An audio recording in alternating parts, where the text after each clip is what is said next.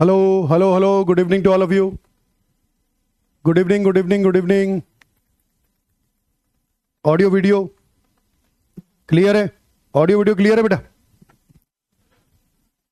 काहे की छुट्टी होगी बेटा? कोई छुट्टी नहीं है आज। कौन अफवाह उड़ा रहा है छुट्टी है? कोई छुट्टी नहीं है।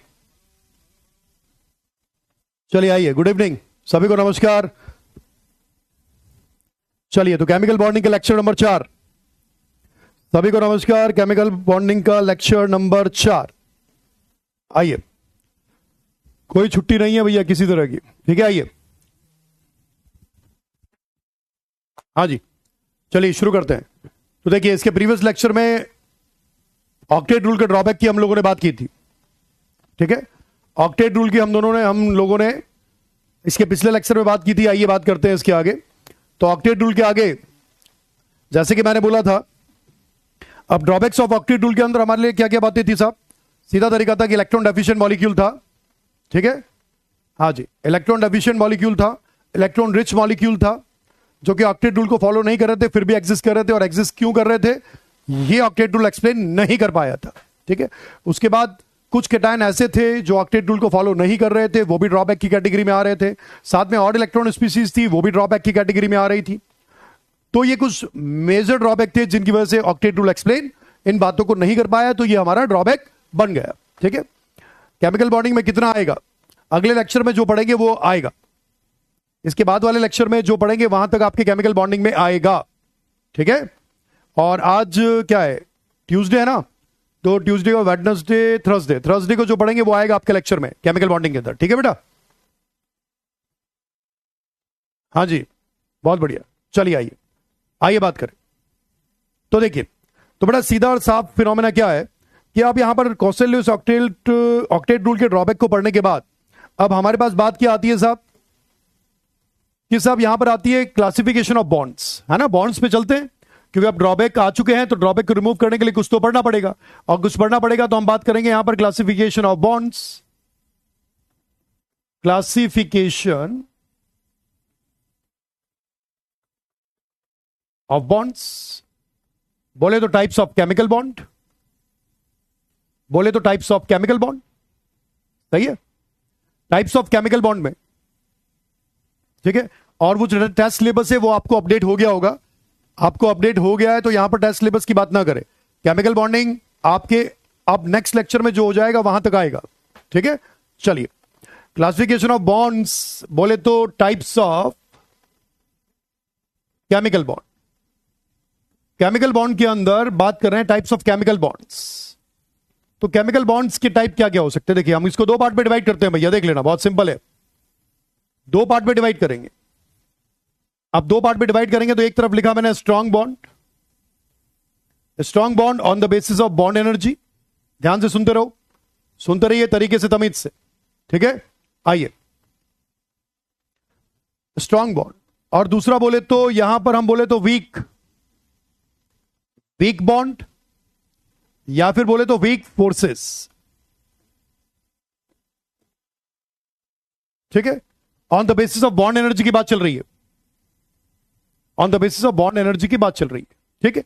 तो बॉन्ड एनर्जी के बेसिस पर हमने स्ट्रॉन्ग बॉन्ड और हमने वीक बॉन्ड की बात करी, वीक फोर्सेस, दो पार्ट में डिवाइड किया है। अब दो पार्ट में डिवाइड किया है तो दो पार्ट के बाद अगर मैं स्ट्रॉन्ग बॉन्ड को बोला जाऊं तो ये होते हैं inter atomic force, inter atomic forces. ढंग से देखते रहिए। अच्छा, इंटर एटॉमिक फोर्सेस क्या होते हैं? इंटर एटॉमिक फोर्सेस होते हैं कि जो एटम्स के बीच में एप्लीकेबल होते हैं। कहां पर एप्लीकेबल होते हैं? एटम्स के बीच में जो एप्लीकेबल होते हैं उसे बोलते हैं इंटर एटॉमिक फोर्सेस। सही है बेटे बात? फर्स्ट स्लाइड है प्रिंस, ध्यान दो। इंटर एटॉमिक फोर्सेस के बाद अगर मैं वीक फोर्सेस की बात करता हूं तो इनको बोलते हैं inter molecular forces, inter molecular forces. सही है बात? इंटर एटॉमिक फोर्सेस एटम्स के बीच में एप्लीकेबल फोर्सेस हैं जो कि स्ट्रांग होते हैं। इंटर मॉलिक्यूलर फोर्सेस जो मॉलिक्यूल्स के बीच में होते हैं जो कि थोड़े वीक होते हैं। तो हमने दो पार्ट में डिवाइड किया, inter atomic, inter molecular, strong bond, weak bond. Strong bond और वीक बॉन्ड को हमने डिवाइड किया है on the basis of bond energy, और inter atomic forces, inter molecular forces हमने दो पार्ट में बॉन्ड्स को डिवाइड किया है। देखिए अब स्ट्रॉन्ग बॉन्ड में हमारे पास 4 तरह की कैटेगरी आती है। नंबर 1 सबसे पहला आएगा बेटा आयनिक बॉन्ड।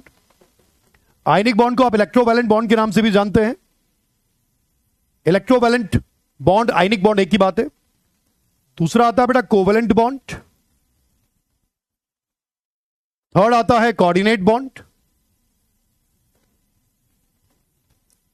अच्छा, कोऑर्डिनेट बॉन्ड को पूरी दुनिया डेटिव बॉन्ड के नाम से भी जानती है ना, dative bond. And fourth one आता है मेटालिक बॉन्ड। मेटालिक बॉन्ड, अब ये मेटालिक बॉन्ड वैसे देखिए नॉर्मली नीट के सिलेबस का पार्ट नहीं है, तो हम मेनली 3 बॉन्ड्स पर फोकस करेंगे। ठीक है, तो आयनिक बॉन्ड है, ionic bond, covalent bond, coordinate bond और मेटालिक बॉन्ड हमारे सिलेबस का पार्ट नहीं है, इसीलिए सिलेबस में अभी हम मेटालिक बॉन्ड की बात नहीं करेंगे। इसके बाद देखिए सेकंड कैटेगरी जो आती है, ठीक है, सेकंड कैटेगरी वीक फोर्सेस में। वीक फोर्सेस को मैं बोलूं तो यहां पर मैंने सबसे पहले बोल दिया this is the hydrogen bonding. Hydrogen bonding के 2 टाइप हो गए, एक हो गया इंटर मॉलिक्यूलर हाइड्रोजन बॉन्डिंग, दूसरा हो गया इंट्रा मॉलिक्यूलर हाइड्रोजन बॉन्डिंग। पूरी दुनिया जानती है कि हाइड्रोजन बॉन्डिंग 2 तरह की हो सकती है, इंटर मॉलिक्यूलर और इंट्रा मॉलिक्यूलर। इंटर मॉलिक्यूलर का मतलब होता है कि जो इंटर मॉलिक्यूलर हाइड्रोजन बॉन्डिंग का मतलब है जो 2 या 2 से ज्यादा मॉलिक्यूल से मिलकर बना है। ठीक है, इंट्रा मॉलिक्यूलर का मतलब होता है, इंट्रा मॉलिक्यूलर हाइड्रोजन बॉन्डिंग का मतलब है जो एक ही मॉलिक्यूल के अंदर होती है, मतलब विद इन द मॉलिक्यूल होती है। तो विद इन द मॉलिक्यूल, ठीक है, with in the molecule, with in the molecule, एक ही मॉलिक्यूल के अंदर इंट्रा और 2 या 2 से ज्यादा मॉलिक्यूल के बीच में इंटर, जो जब पढ़ेंगे तब इसके अंदर प्रॉपर बात करेंगे। ठीक है, and the second thing is, and the second one is this is the van der Waal force. Van der Waal force मैंने सेकंड टाइप में डिवाइड किया है, और वॉन्डर वॉल फोर्स बोले तो बेटा 3 तरह का हो सकता है, नंबर 1, नंबर 2, नंबर 3। पहला है किसॉम, दूसरा है डिबाय, तीसरा है लंदन डिस्पर्शन फोर्स।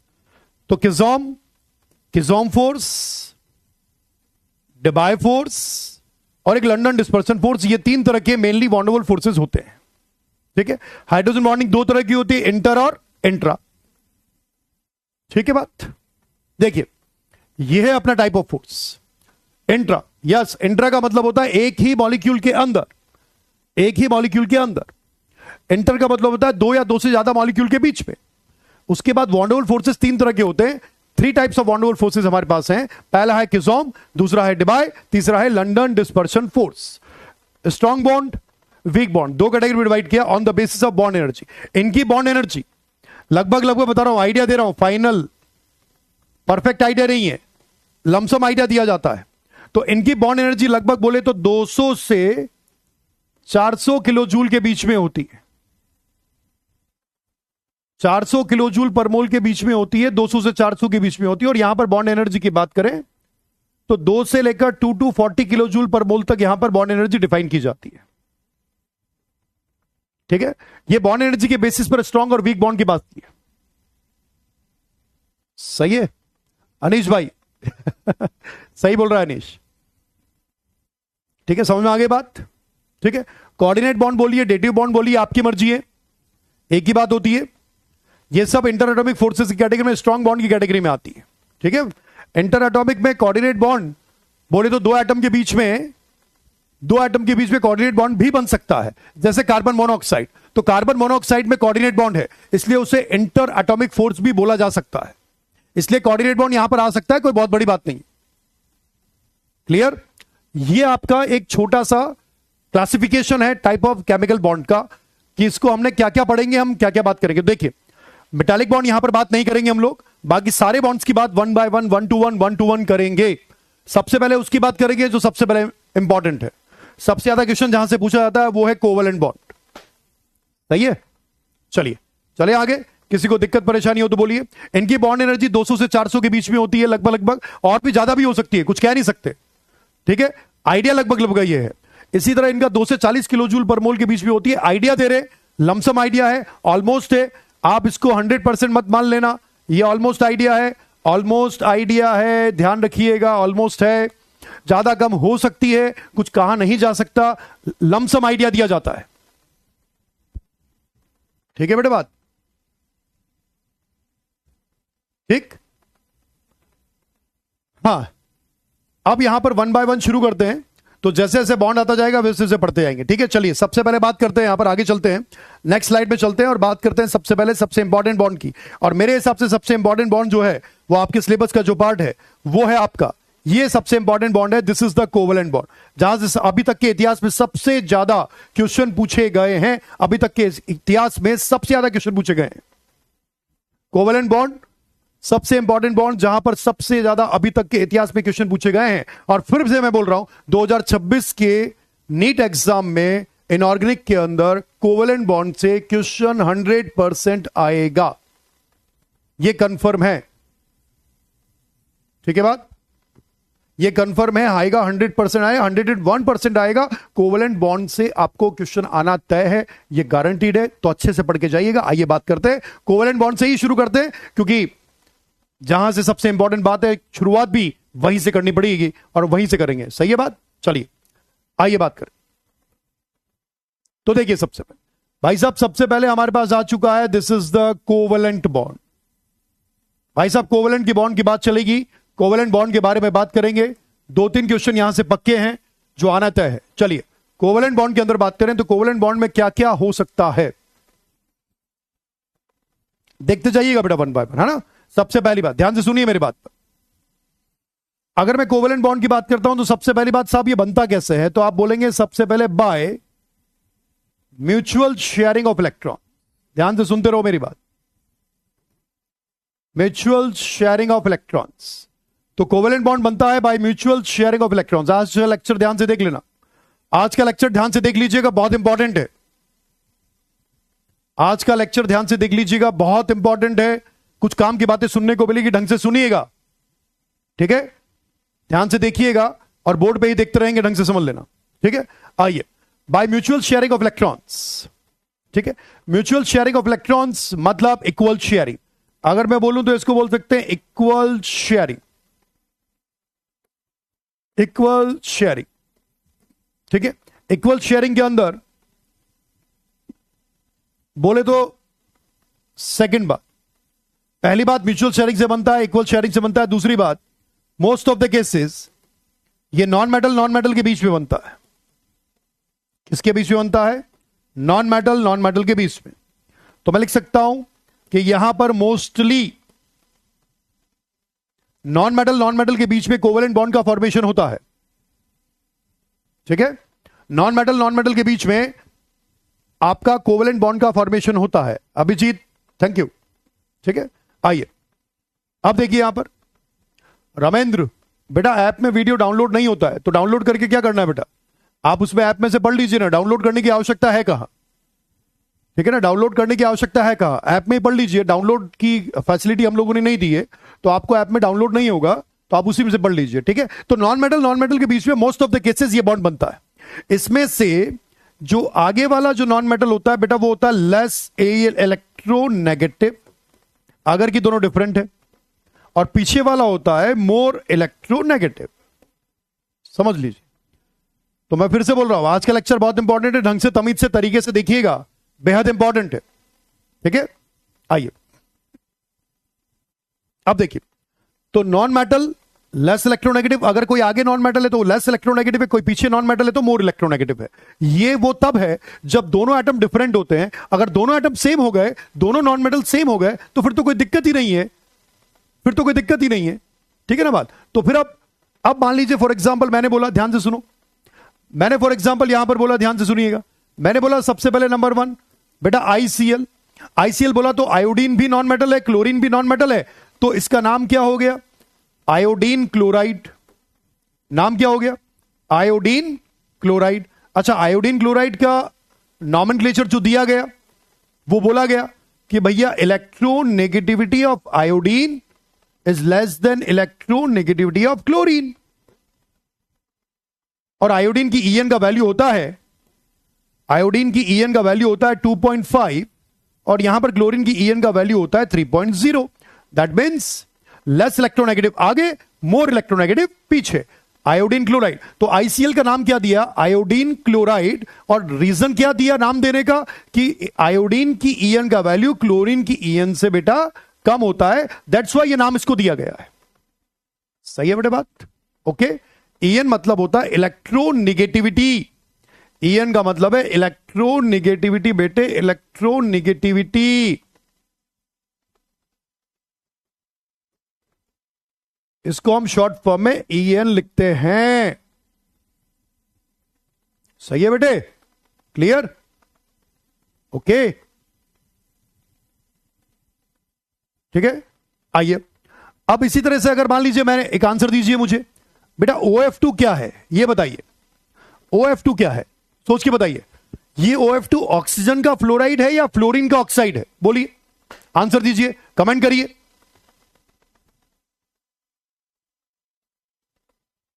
हाँ बताइए, OF2 क्या है, ऑक्सीजन का फ्लोराइड या फ्लोरीन का ऑक्साइड? जल्दी बोलिए। अभिनव बता दो दिया बेटा, लिखा तो है, मेरा ही नाम रख के बोल रहा है। बताइए, इलेक्ट्रोनेगेटिविटी ईएन से, ईएन मतलब इलेक्ट्रोनेगेटिविटी। बताइए OF2 क्या है, ऑक्सीजन का फ्लोराइड है या फ्लोरीन का ऑक्साइड है? बोलिए तो, बोलिए तो, बोलिए तो, बोलिए तो। यस यस यस, ऑक्सीजन का फ्लोराइड है। Yes, very good, very good, very good, very good. इसका मतलब ये नाम क्या दिया, ऑक्सीजन डाइफ्लोराइड, ऑक्सीजन डाइफ्लोराइड। अब ऑक्सीजन डाइफ्लोराइड है तो रीजन क्या दिया साहब, ऑक्सीजन का फ्लोराइड है तो रीजन क्या दिया भाई साहब, दुनिया ने रीजन क्या दे दिया, दुनिया ने रीजन ये दे दिया, electronegativity of oxygen is less than electronegativity of fluorine. Electronegativity of oxygen is less than electronegativity of fluorine. Electronegativity of oxygen is less than electronegativity of fluorine. इसी वजह से इसको बोला गया दिस इज ऑक्सीजन फ्लोराइड। तो nomenclature का rule याद रखिए। नॉमेनक्लेचर का रूल क्या बोलता है कि भैया किसी भी नॉन मेटल है और किसी भी नॉन मेटल में कोई आगे लिखी है तो आगे लिखी हुई नॉन मेटल लेस इलेक्ट्रोनेगेटिव, पीछे लिखी हुई नॉन मेटल मोर इलेक्ट्रोनेगेटिव होगी और उसका नॉमेनक्लेचर इसी ब्याफ पर रीजन दिया जाएगा। कोई बोले ICL is iodine chloride, then what is the reason? And reason बिल्कुल साफ और सुंदर है कि इलेक्ट्रोनेगेटिविटी आयोडीन की कम है, क्लोरीन की ज्यादा है। और यह क्वेश्चन एग्जाम में AIPMT में आ चुका है, दोबारा आ सकता है, नॉमेनक्लेचर याद रखिएगा। अब देखिए, हाँ जी, अब क्या करें, ऑन द बेसिस ऑफ, ध्यान से सुनते रहना मेरी बात को, मैंने फिर से बोल रहा हूं, हर एक चीज इंपॉर्टेंट है। यहां पर मैं जो भी बात लिखूंगा, एक छोटी से छोटी बात, एक बड़ी से बड़ी बात, एक छोटी से छोटी बात, एक बड़ी से बड़ी बात, हर एक बात यहां पर इंपॉर्टेंट है। ये ध्यान से सुन लेना तमीज से तरीके से, ठीक है। अब देखिए, on the basis of electronegativity difference, मेरी बात पर ध्यान दीजिए, on the basis of delta EN covalent bond can be divided into two parts. Covalent bond can be divided into two parts. भैया डेल्टा EN के बेसिस पर covalent bond को दो पार्ट में डिवाइड किया गया है। कितने पार्ट में? Covalent bond can be divided into two parts, into two parts. दो पार्ट में डिवाइड किया है भैया, है ना। अब दो पार्ट में डिवाइड किया तो पहला पार्ट कौन सा है? If delta EN equals to 0, अगर डेल्टा EN मतलब विद्युत ऋणता का अंतर शून्य है, डेल्टा EN 0 है, तो उस केस में bond will be non polar. तो नॉन पोलर बॉन्ड उसको बोला जाएगा बेटा। If delta EN equals to 0 then the bond will be non polar. If delta EN is not equals to 0 then the bond will be polar covalent bond.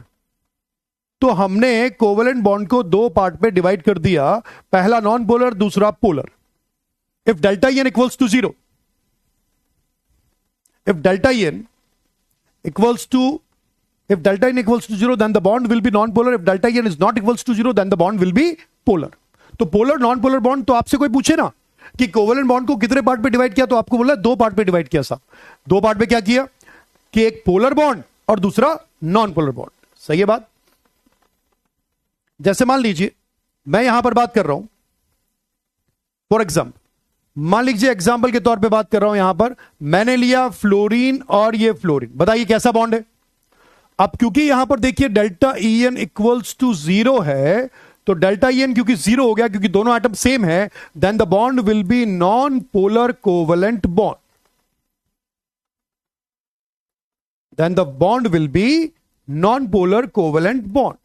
ठीक है, और अगर मान लीजिए मैंने लिया HF, अब HF के अंदर आप ध्यान से सुन सकते हैं, ध्यान से देख सकते हैं, ध्यान से बता सकते हैं कि HF मॉलिक्यूल में बोले तो delta EN is not equals to 0, तो बोले तो हम क्या बोलेंगे, this is a polar covalent bond. सही है बेटे बात। If delta EN equals to 0 then the molecule will be, then the bond will be non-polar. If delta EN is not equals to 0 then the bond will be polar. तो covalent bond को दो part में divide किया on the basis of delta EN। सही है बेटे बात। अगर मान लीजिए मैं यहां पर बात करूं नाइट्रोजन ट्रिपल बॉन्ड नाइट्रोजन, तो नाइट्रोजन के बीच में बोले तो delta EN equals to 0, delta EN equals to 0 then the bond will be non polar. तो नॉन पोलर कोवेलेंट बॉन्ड हो गया क्योंकि नॉन मेटल। बोलिए सर, सही है बात। ठीक, अब आइए, अब यहां पर बात करें कि साहब ये दो पार्ट में डिवाइड कर दिया, तो कोवेलेंट बॉन्ड को दो पार्ट में डिवाइड करेंगे on the basis of delta EN, polar and non polar. तो बॉन्ड पोलैरिटी इलेक्ट्रोनेगेटिविटी डिफरेंस से बताई जाती है। If delta EN equals to 0 then the bond will be non polar, if delta EN equals not equals to 0 then the bond will be polar.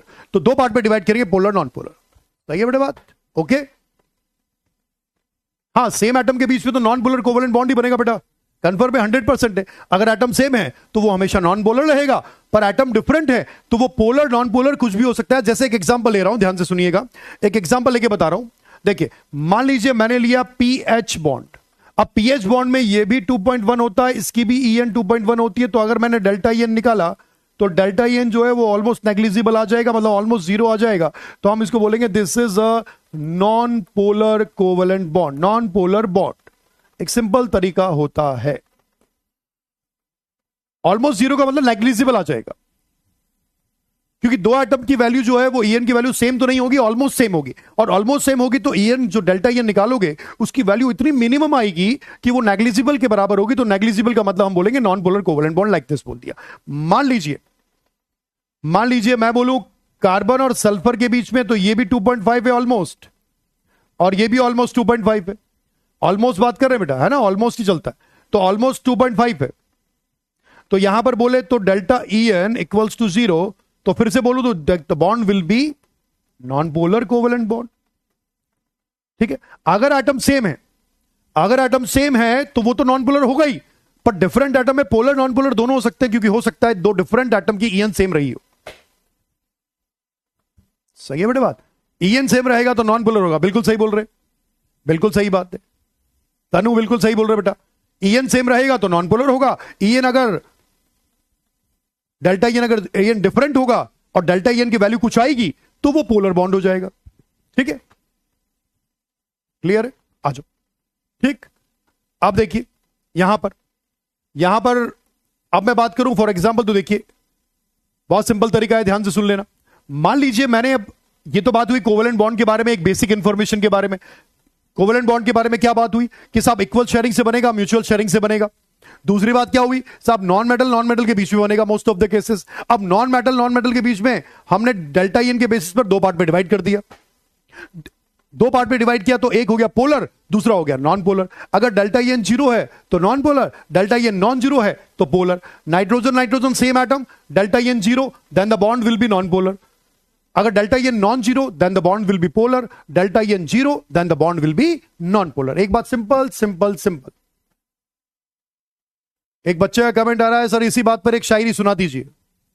देखो बेटा, शायरी यकीन मानिए कि आप यहां पर शायरी सुनने के लिए नहीं आए हैं, या हम ये यकीन मानिए कि हम ये शायरी सुनाने के लिए यहां पर नहीं आए हैं। यहां पर सिर्फ बेटा पढ़ाई की बात होगी, शायरी की बात नहीं की जाएगी। और मुझसे तो बिल्कुल उम्मीद ना रखिए कि मैं कोई शायरी अभी सुनाने वाला हूं, क्योंकि अभी सबसे इंपॉर्टेंट बॉन्ड कोवेलेंट बॉन्ड चल रहा है और इसके बीच में किसी तरह का कोई डिस्टर्बेंस नहीं होना चाहिए। तो कोई शायरी की बात नहीं होगी यहां पर, किसी तरह की कोई बात नहीं होगी। ठीक है, आइए चलिए। तो अब यहां पर देखिए कोवेलेंसी की बात चल रही है, कोवेलेंट बॉन्ड की बात चल रही है। कोवेलेंट बॉन्ड के अंदर म्यूचुअल शेयरिंग होता है बेटा, म्यूचुअल शेयरिंग। ठीक है, अब म्यूचुअल शेयरिंग बहुत सिंपल सी तरीका है। म्यूचुअल शेयरिंग के अंदर इक्वल शेयरिंग म्यूचुअल शेयरिंग की बात चल रही है। अब इक्वल शेयरिंग म्यूचुअल शेयरिंग होती क्या है? ठीक है, बहुत सिंपल तरीका है कि अगर मान लीजिए, ध्यान से देखना मेरी बात पर, है ना, ध्यान से सुनिएगा, ये फ्लोरीन है, ये एटॉमिक नंबर 9 है, ठीक। शॉर्ट नोट की जरूरत नहीं है बेटा, इनऑर्गेनिक में शॉर्ट नोट की जरूरत नहीं है ना, शॉर्ट नोट की जरूरत नहीं है, अपन जो पढ़ा रहे हैं वही काफी है अपने लिए, ठीक है। आइए देखिए, अब मान लीजिए जैसे फ्लोरीन लिखा है मैंने, अब फ्लोरीन में देखिए कॉन्फ़िगरेशन है 1s2 2s2 और यहां पर 2p5, ठीक है। अब ये हो गया यहां पर ये n। अब आइए ग्राउंड स्टेट में बात करें। ग्राउंड स्टेट के अंदर देखिए जैसा लिखा हुआ है, ग्राउंड स्टेट का मतलब जैसा लिखा हुआ है, देखिए ये 2s आउटर मोस्ट शेल की बात कर रहे हैं और ये 2, समझो बेटा बेसिक, मैं फिर से बोल रहा हूं, आज का लेक्चर बहुत इंपॉर्टेंट है, फिर से एक ही बात, आज का लेक्चर बहुत इंपॉर्टेंट है, ढंग से देखिएगा, ठीक है। आओ ढंग से सुनिए, ठीक। अब देखिए, अब यहां पर ध्यान से देखेंगे अगर आप, तो देखिए यहां पर एक अनपेयर्ड इलेक्ट्रॉन है।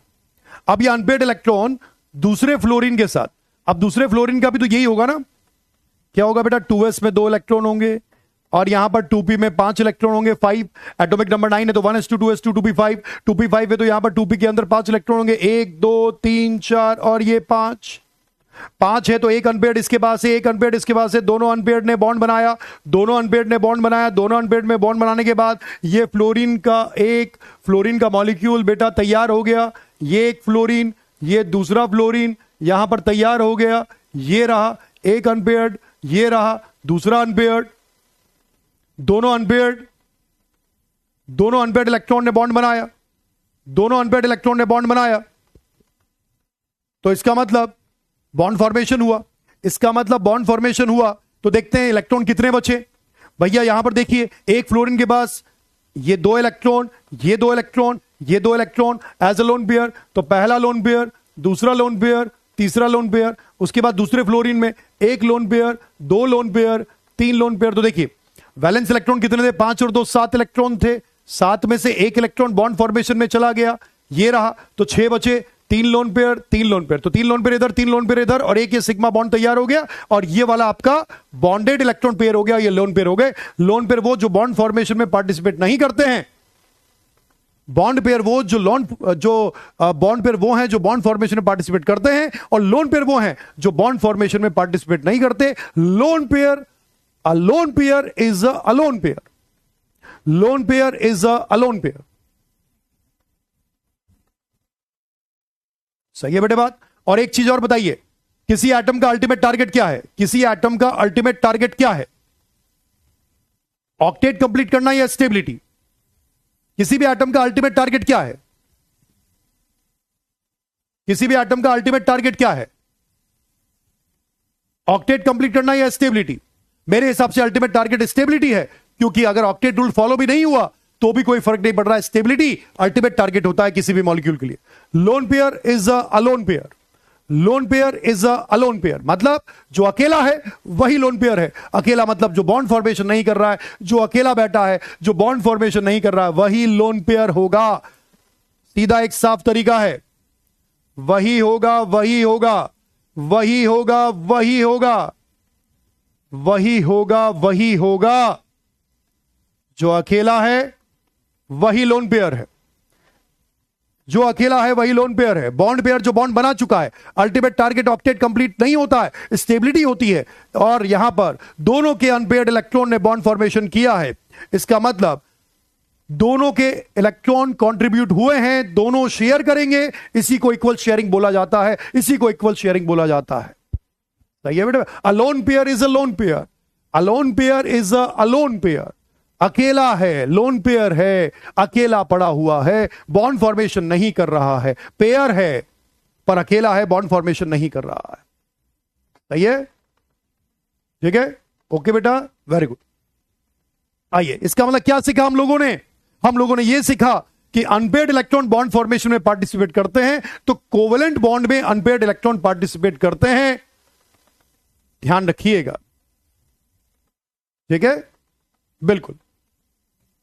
अब आज से एक ही नारा होगा, आज से एक ही नारा होगा, loan pair is a lone pair. Side में पड़ा हुआ है, कुछ काम नहीं आ रहा, लोन पेयर है। बॉन्ड बना रहा है, काम आ रहा है, बॉन्ड पेयर है। बॉन्ड बनेगा, बॉन्ड पेयर होगा। काम नहीं आएगा, लोन पेयर होगा। भैया बोलिए। हाँ, जीएस का मतलब ग्राउंड स्टेट है मेरे बच्चे। जीएस का मतलब ग्राउंड स्टेट है। ग्राउंड स्टेट में बात कर रहे हैं हम लोग। अल्टीमेट टारगेट आपका मेरा इस पूरी दुनिया में जितने भी स्पीशीज है, सभी का अल्टीमेट टारगेट स्टेबिलिटी है, ऑक्टेट कंप्लीशन नहीं है। मैं स्टेबिलिटी चाहता हूं, इसका मतलब 8 इलेक्ट्रॉन हो या ना हो, क्या फर्क पड़ रहा है? मुझे स्टेबल होना है, किसी भी तरीके से होगा, डजंट मैटर। सही है बेटे बात? ओके, आइए। तो loan pair is a lone pair. Very good, बहुत शानदार, जबरदस्त, जिंदाबाद। आइए आगे लेक्चर में बात करते हैं। चलिए अब आइए, इसका मतलब मैं बोलूं तो मैं क्या बोल सकता हूं कि भैया कोवेलेंसी, हाँ जी भैया, कोवेलेंसी का मतलब होता है कोवेलेंसी का मतलब होता है बेटा टोटल, हाँ जी, कोवेलेंसी का मतलब होता है total number of covalent bonds. समझ लीजिए, total number of covalent bonds. जितने कोवेलेंट बॉन्ड कोई भी एटम बनाएगा, जितने कोवेलेंट बॉन्ड कोई भी एटम बनाएगा, वो उसकी कोवेलेंसी को डिफाइन करेगा, वो उसके कोवेलेंसी को बताएगा। कोवेलेंट बॉन्ड कोई भी एटम जितने बनाएगा किसी मॉलिक्यूल में, वो बताएगा। अब बात आती है कि सर कोवेलेंट बॉन्ड तो चेक कैसे करेंगे? स्ट्रक्चर तो हमें आता ही नहीं है, तो स्ट्रक्चर जब आएगा जब चेक करेंगे। अभी किसी और तरीके से करेंगे। तो दूसरा तरीका क्या है? दूसरा तरीका है total number of unpaired electrons. Total number of unpaired electrons either in ground state और इन एक्साइटेड स्टेट। आप जानते ना, अभी अपन ने एक एग्जांपल देखा था, सुनते रहना बेटा अच्छे से। अभी अपन ने एक एग्जांपल देखा था जिसमें फ्लोरीन का अनपेयर्ड इलेक्ट्रॉन बॉन्ड फॉर्मेशन कर रहा था। तो जितने अनपेयर्ड इलेक्ट्रॉन होंगे उतने कोवेलेंट बॉन्ड वो बनाएगा, और जितने कोवेलेंट बॉन्ड बनाएगा उतनी कोवेलेंसी होगी। सही है बात? क्लियर है? ठीक है। तो जितना अनपेयर्ड इलेक्ट्रॉन जितने होंगे ग्राउंड और एक्साइटेड स्टेट में, इसका मतलब ग्राउंड स्टेट है भैया, पूरा लिख देता हूं वरना अभी कोई पूछ लेगा कि सर ये जीएस क्या है। तो ग्राउंड स्टेट और फिर ये एक्साइटेड स्टेट। तो ईएस का मतलब एक्साइटेड स्टेट, जीएस का मतलब ग्राउंड स्टेट। सही है? हां भाई। तो जितने अनपेयर्ड इलेक्ट्रॉन ग्राउंड स्टेट या एक्साइटेड स्टेट में होंगे उतने कोवेलेंट बॉन्ड का फॉर्मेशन वो कर सकता है। ये कोवेलेंसी को डिफाइन करता है। समझ ले बात?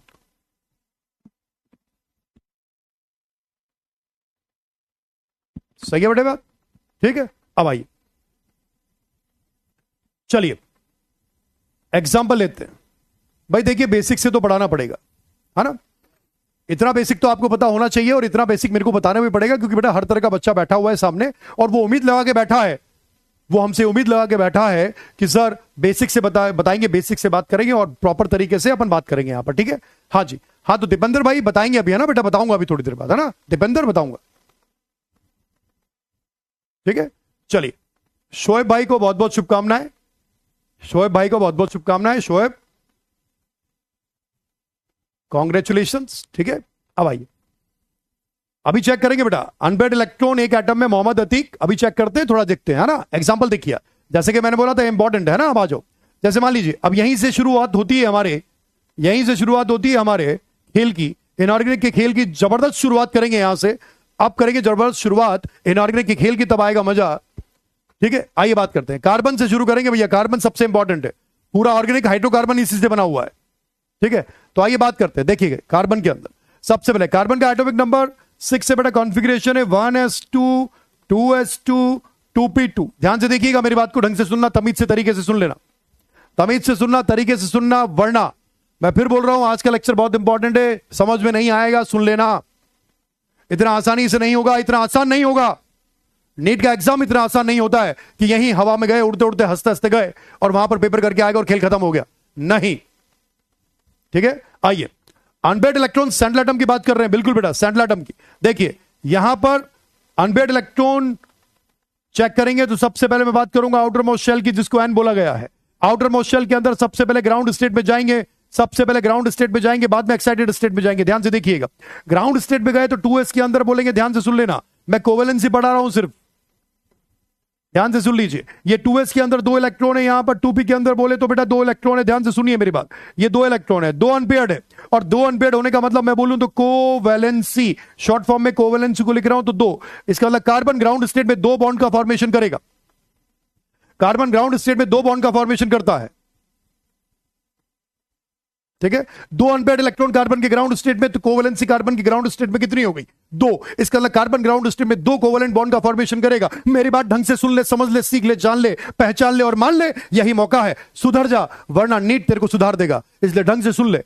ठीक है, अब बताइए, ये वैकेंट ऑर्बिटल है, यहां पर एक वैकेंट ऑर्बिटल है बेटा, एक वैकेंट ऑर्बिटल है यहां पर, और इस वैकेंट ऑर्बिटल में इस इलेक्ट्रॉन को मैं एक्साइट करवा सकता हूं, और एक्साइट बेटे करवाऊंगा तो यहां से यहां पर आएंगे, और एक्साइट करेगा ये इलेक्ट्रॉन यहां से यहां पर, क्योंकि वैकेंट है तो मैं फर्स्ट एक्साइटेड स्टेट में मूव करूंगा, और फर्स्ट एक्साइटेड स्टेट के अंदर बोले तो यहां पर बोले तो अनपेयर्ड इलेक्ट्रॉन यहां पर खुलेआम अनपेयर्ड इलेक्ट्रॉन का वैल्यू 4 हो जाएगा, तो कोवेलेंसी अपन को जो मिलेगा वो कोवेलेंसी 4 मिलेगा। समझ ले, जान ले, पहचान ले और मान ले। इसका मतलब ये ध्यान से सुन लीजिए, बहुत सिंपल सी बात है, बहुत ढंग से तमीज से तरीके से सुन लीजिए कि यहां पर ग्राउंड स्टेट में कोवेलेंसी 2 है, फर्स्ट एक्साइटेड स्टेट में कोवेलेंसी 4 है। इसका मतलब कार्बन ग्राउंड स्टेट में कोवेलेंसी 2 शो करता है और फर्स्ट एक्साइटेड स्टेट में कोवेलेंसी 4 शो करता है। 4 से ज्यादा बॉन्ड बना नहीं सकता, क्योंकि valence electron outer most shell electron 4 है। बोलो भैया सही या गलत? देयरफॉर कोवेलेंसी 4 है, बिल्कुल, वेरी गुड, शाबाश। अब आइए यहां पर बात करते हैं, आपका एक शुरुआत से ही यहां पर क्वेश्चन बनने की शुरुआत हो जाती है, क्वेश्चन बनने की शुरुआत हो जाती है, तो क्वेश्चन बताएंगे अपन, तरीके से बताएंगे, आंसर दीजिएगा सब लोग। ठीक है, आ जाओ बेटे, आ जाओ। मान लीजिए मैंने एक मॉलिक्यूल लिया है, मुझे बताइए ये बेटा CF4 कहां बना है? CF4 कार्बन की कौन सी स्टेट में बना होगा, मुझे आंसर दीजिए। CF4 कार्बन की कौन सी स्टेट में बना होगा? CF4 कार्बन की कौन सी स्टेट में बना होगा, मुझे आंसर दीजिए। CO2 कार्बन की कौन सी स्टेट में बना होगा, मुझे आंसर दीजिए। मुझे आंसर दीजिए। CH4 कहां पर बना होगा, मुझे आंसर दीजिए। CCl4 कहां पर बना होगा, और ये मॉलिक्यूल जो है ये कहां पर बने होंगे, ये मैं जानना चाहता हूं। ये मॉलिक्यूल कार्बन की कौन सी स्टेट में बने हैं, ये मैं जानना चाहता हूं। मुझे आज बताइए, इसी वक्त बताइए, बोलिए कहां पर बने हैं? ग्राउंड स्टेट या एक्साइटेड स्टेट? ग्राउंड स्टेट या एक्साइटेड स्टेट, जल्दी बोलिए। एक्साइटेड स्टेट या ग्राउंड स्टेट? क्या फर्स्ट एक्साइटेड स्टेट में बना है? क्या 4 बॉन्ड इस सभी के अंदर बनाए हैं? क्या CF4 में? CO2 में बात करूं तो ऑक्सीजन ने double bond carbon, double bond oxygen, क्या कार्बन ने 4 बॉन्ड फॉर्मेशन किया है? और क्योंकि कार्बन ने 4 बॉन्ड फॉर्मेशन किया है, दैट मींस ये सारे के सारे मॉलिक्यूल कार्बन की फर्स्ट एक्साइटेड स्टेट में बने हैं। सबसे पहला क्वेश्चन ही यही बनता है कि कौन सा मॉलिक्यूल किसकी कौन सी ऑक्साइडेड स्टेट में बना है, या ग्राउंड स्टेट में बना है, या एक्साइटेड स्टेट में बना है, ये सबसे पहला क्वेश्चन आता है। तो सारे के सारे मॉलिक्यूल कार्बन के एक्साइटेड स्टेट में फॉर्म हुए हैं, क्योंकि सभी मॉलिक्यूल में कार्बन ने 4 बॉन्ड का फॉर्मेशन किया है। और जब जब कार्बन 4 बॉन्ड बनाएगा, वो ग्राउंड स्टेट में नहीं, वो एक्साइटेड स्टेट में बनाएगा। ये बात विशेष रूप से ध्यान रखिएगा। बोलिए, बोलो भैया, बोलो। हल्लो हल्लो हल्लो जी, सुन रहे हैं कि बच्चे? हाँ, ये मॉलिक्यूल कहां बना होगा बताइए? ये मॉलिक्यूल, ये एसिटाइलिन मॉलिक्यूल कार्बन की कौन सी स्टेट पे बना होगा, मुझे एग्जांपल दीजिए, आंसर बताइए मुझे। ये एसिटाइलिन मॉलिक्यूल कहां पर बना होगा, ग्राउंड स्टेट या एक्साइटेड स्टेट? बोलो भैया, जबरदस्त, जिंदाबाद, बहुत बढ़िया। बोलो भैया की जय हो, भैया की जय हो। बोलिए, ये एसिटाइलिन मॉलिक्यूल कार्बन की कौन सी स्टेट पे बना है? एक्साइटेड स्टेट या ग्राउंड स्टेट पे बना है? बोलो बेटा। जैसे कार्बन की, yes yes yes. Kuldeep Singh बहुत बड़ा टाइप किया भैया, इतना लिखने में नहीं आता, क्योंकि वो निकल चुका है डाउट, क्योंकि ऊपर बहुत सारे आंसर आ रहे हैं। बताइए, ये मॉलिक्यूल जो लास्ट वाला लिखा है, इसमें कार्बन ने कितने बॉन्ड बनाए? तो देखिए 1 2 3 4, 1 2 3 4, और 4 बॉन्ड बनाने का मतलब, और 4 बॉन्ड बनाने का मतलब यहां पर ऑब्वियस सी बात है, 4 बॉन्ड बना है, इसका मतलब ये मॉलिक्यूल भी कार्बन की एक्साइटेड स्टेट में बना है बेटे। जब जब कार्बन 4 बॉन्ड का फॉर्मेशन करेगा, तब तब वो एक्साइटेड स्टेट पे जाएगा। हाँ जी, भैया की जय हो। बोलो भैया, सही है बेटे बात? आइए सुन लेना तरीके से, तमीज से। अच्छा, इस मॉलिक्यूल की जगह एक और लिख रहा हूं, आप बताना वो कहां बना है। Hydrogen hydrogen 1 2, carbon carbon hydrogen hydrogen. बोलो बेटा, इस मॉलिक्यूल में कार्बन कहां पर बना है? ये मॉलिक्यूल कार्बन की कौन सी स्टेट में बना है? ग्राउंड स्टेट या एक्साइटेड? बोलिए, अब जो मॉलिक्यूल लिखा है उसके बारे में बताओ। बोलिए बोलिए बोलिए। क्वेश्चन ऐसे आते भैया, क्वेश्चन ऐसे ही आते। छोटी बात से बड़ी बात बनती है, बड़ी बात पे पहुंचूंगा पर छोटी बात आनी चाहिए, छोटी बात आनी चाहिए, छोटी बात आनी चाहिए। पहुंचेंगे पर छोटी बात आनी चाहिए। इस मॉलिक्यूल में चार कार्बन ने कितने बॉन्ड बनाए? इस कार्बन ने 4 बॉन्ड बनाए, इस कार्बन ने 4 बॉन्ड बनाए। इसका मतलब ये कार्बन भी 4 बना रहा है, ये कार्बन भी 4 बना रहा है। इसका मतलब ये कार्बन की फर्स्ट एक्साइटेड स्टेट में बना होगा। बोलिए भैया जी, बहुत बढ़िया बेटा, शाबाश, जबरदस्त, समझ में आ गया होगा, बात समझ में आ गई होगी। इसका मतलब कार्बन ग्राउंड स्टेट में 2 बनाता है और फर्स्ट एक्साइटेड स्टेट में 4 बॉन्ड का फॉर्मेशन करता है। बोलिए, क्लियर क्लियर क्लियर? ठीक है, चलिए आगे चलते हैं, आगे चलते हैं। एक एग्जांपल लेता हूं, ध्यान से देखिएगा। मैंने एक एग्जांपल लिया, सबसे बेहतरीन एग्जांपल है ना, ध्यान से सुनिएगा, सबसे बेहतरीन एग्जांपल, ध्यान से सुनिए, बताइए। सबसे बेहतरीन एग्जांपल, एक ध्यान से सुनिएगा। मैंने लिया C2H6, मान लीजिए एक मॉलिक्यूल ये लिया है C2H6, इसका नाम क्या है? इथेन। क्या नाम है? Ethane. Ethane molecule, ethane molecule hydrogen है, हाइड्रोजन है, हाइड्रोजन है, 1 2 3 carbon, single bond carbon, 1 2 3 hydrogen hydrogen hydrogen, ये हो गया बेटा, सही है। अब इसमें कार्बन ने कितने बॉन्ड बनाए? 4। इसका मतलब ये कार्बन की एक्साइटेड स्टेट में बना है। किसकी? कार्बन की एक्साइटेड स्टेट में बना है। सही है बेटे बात? ओके, कार्बन की एक्साइटेड स्टेट में इथेन मॉलिक्यूल बना है, बिल्कुल बना है। इसका मतलब क्या मैं एक लाइन लिख सकता हूं, इन दिस मॉलिक्यूल, ये स्टेटमेंट बताइएगा मुझे, in this molecule 2s electron of carbon is promoted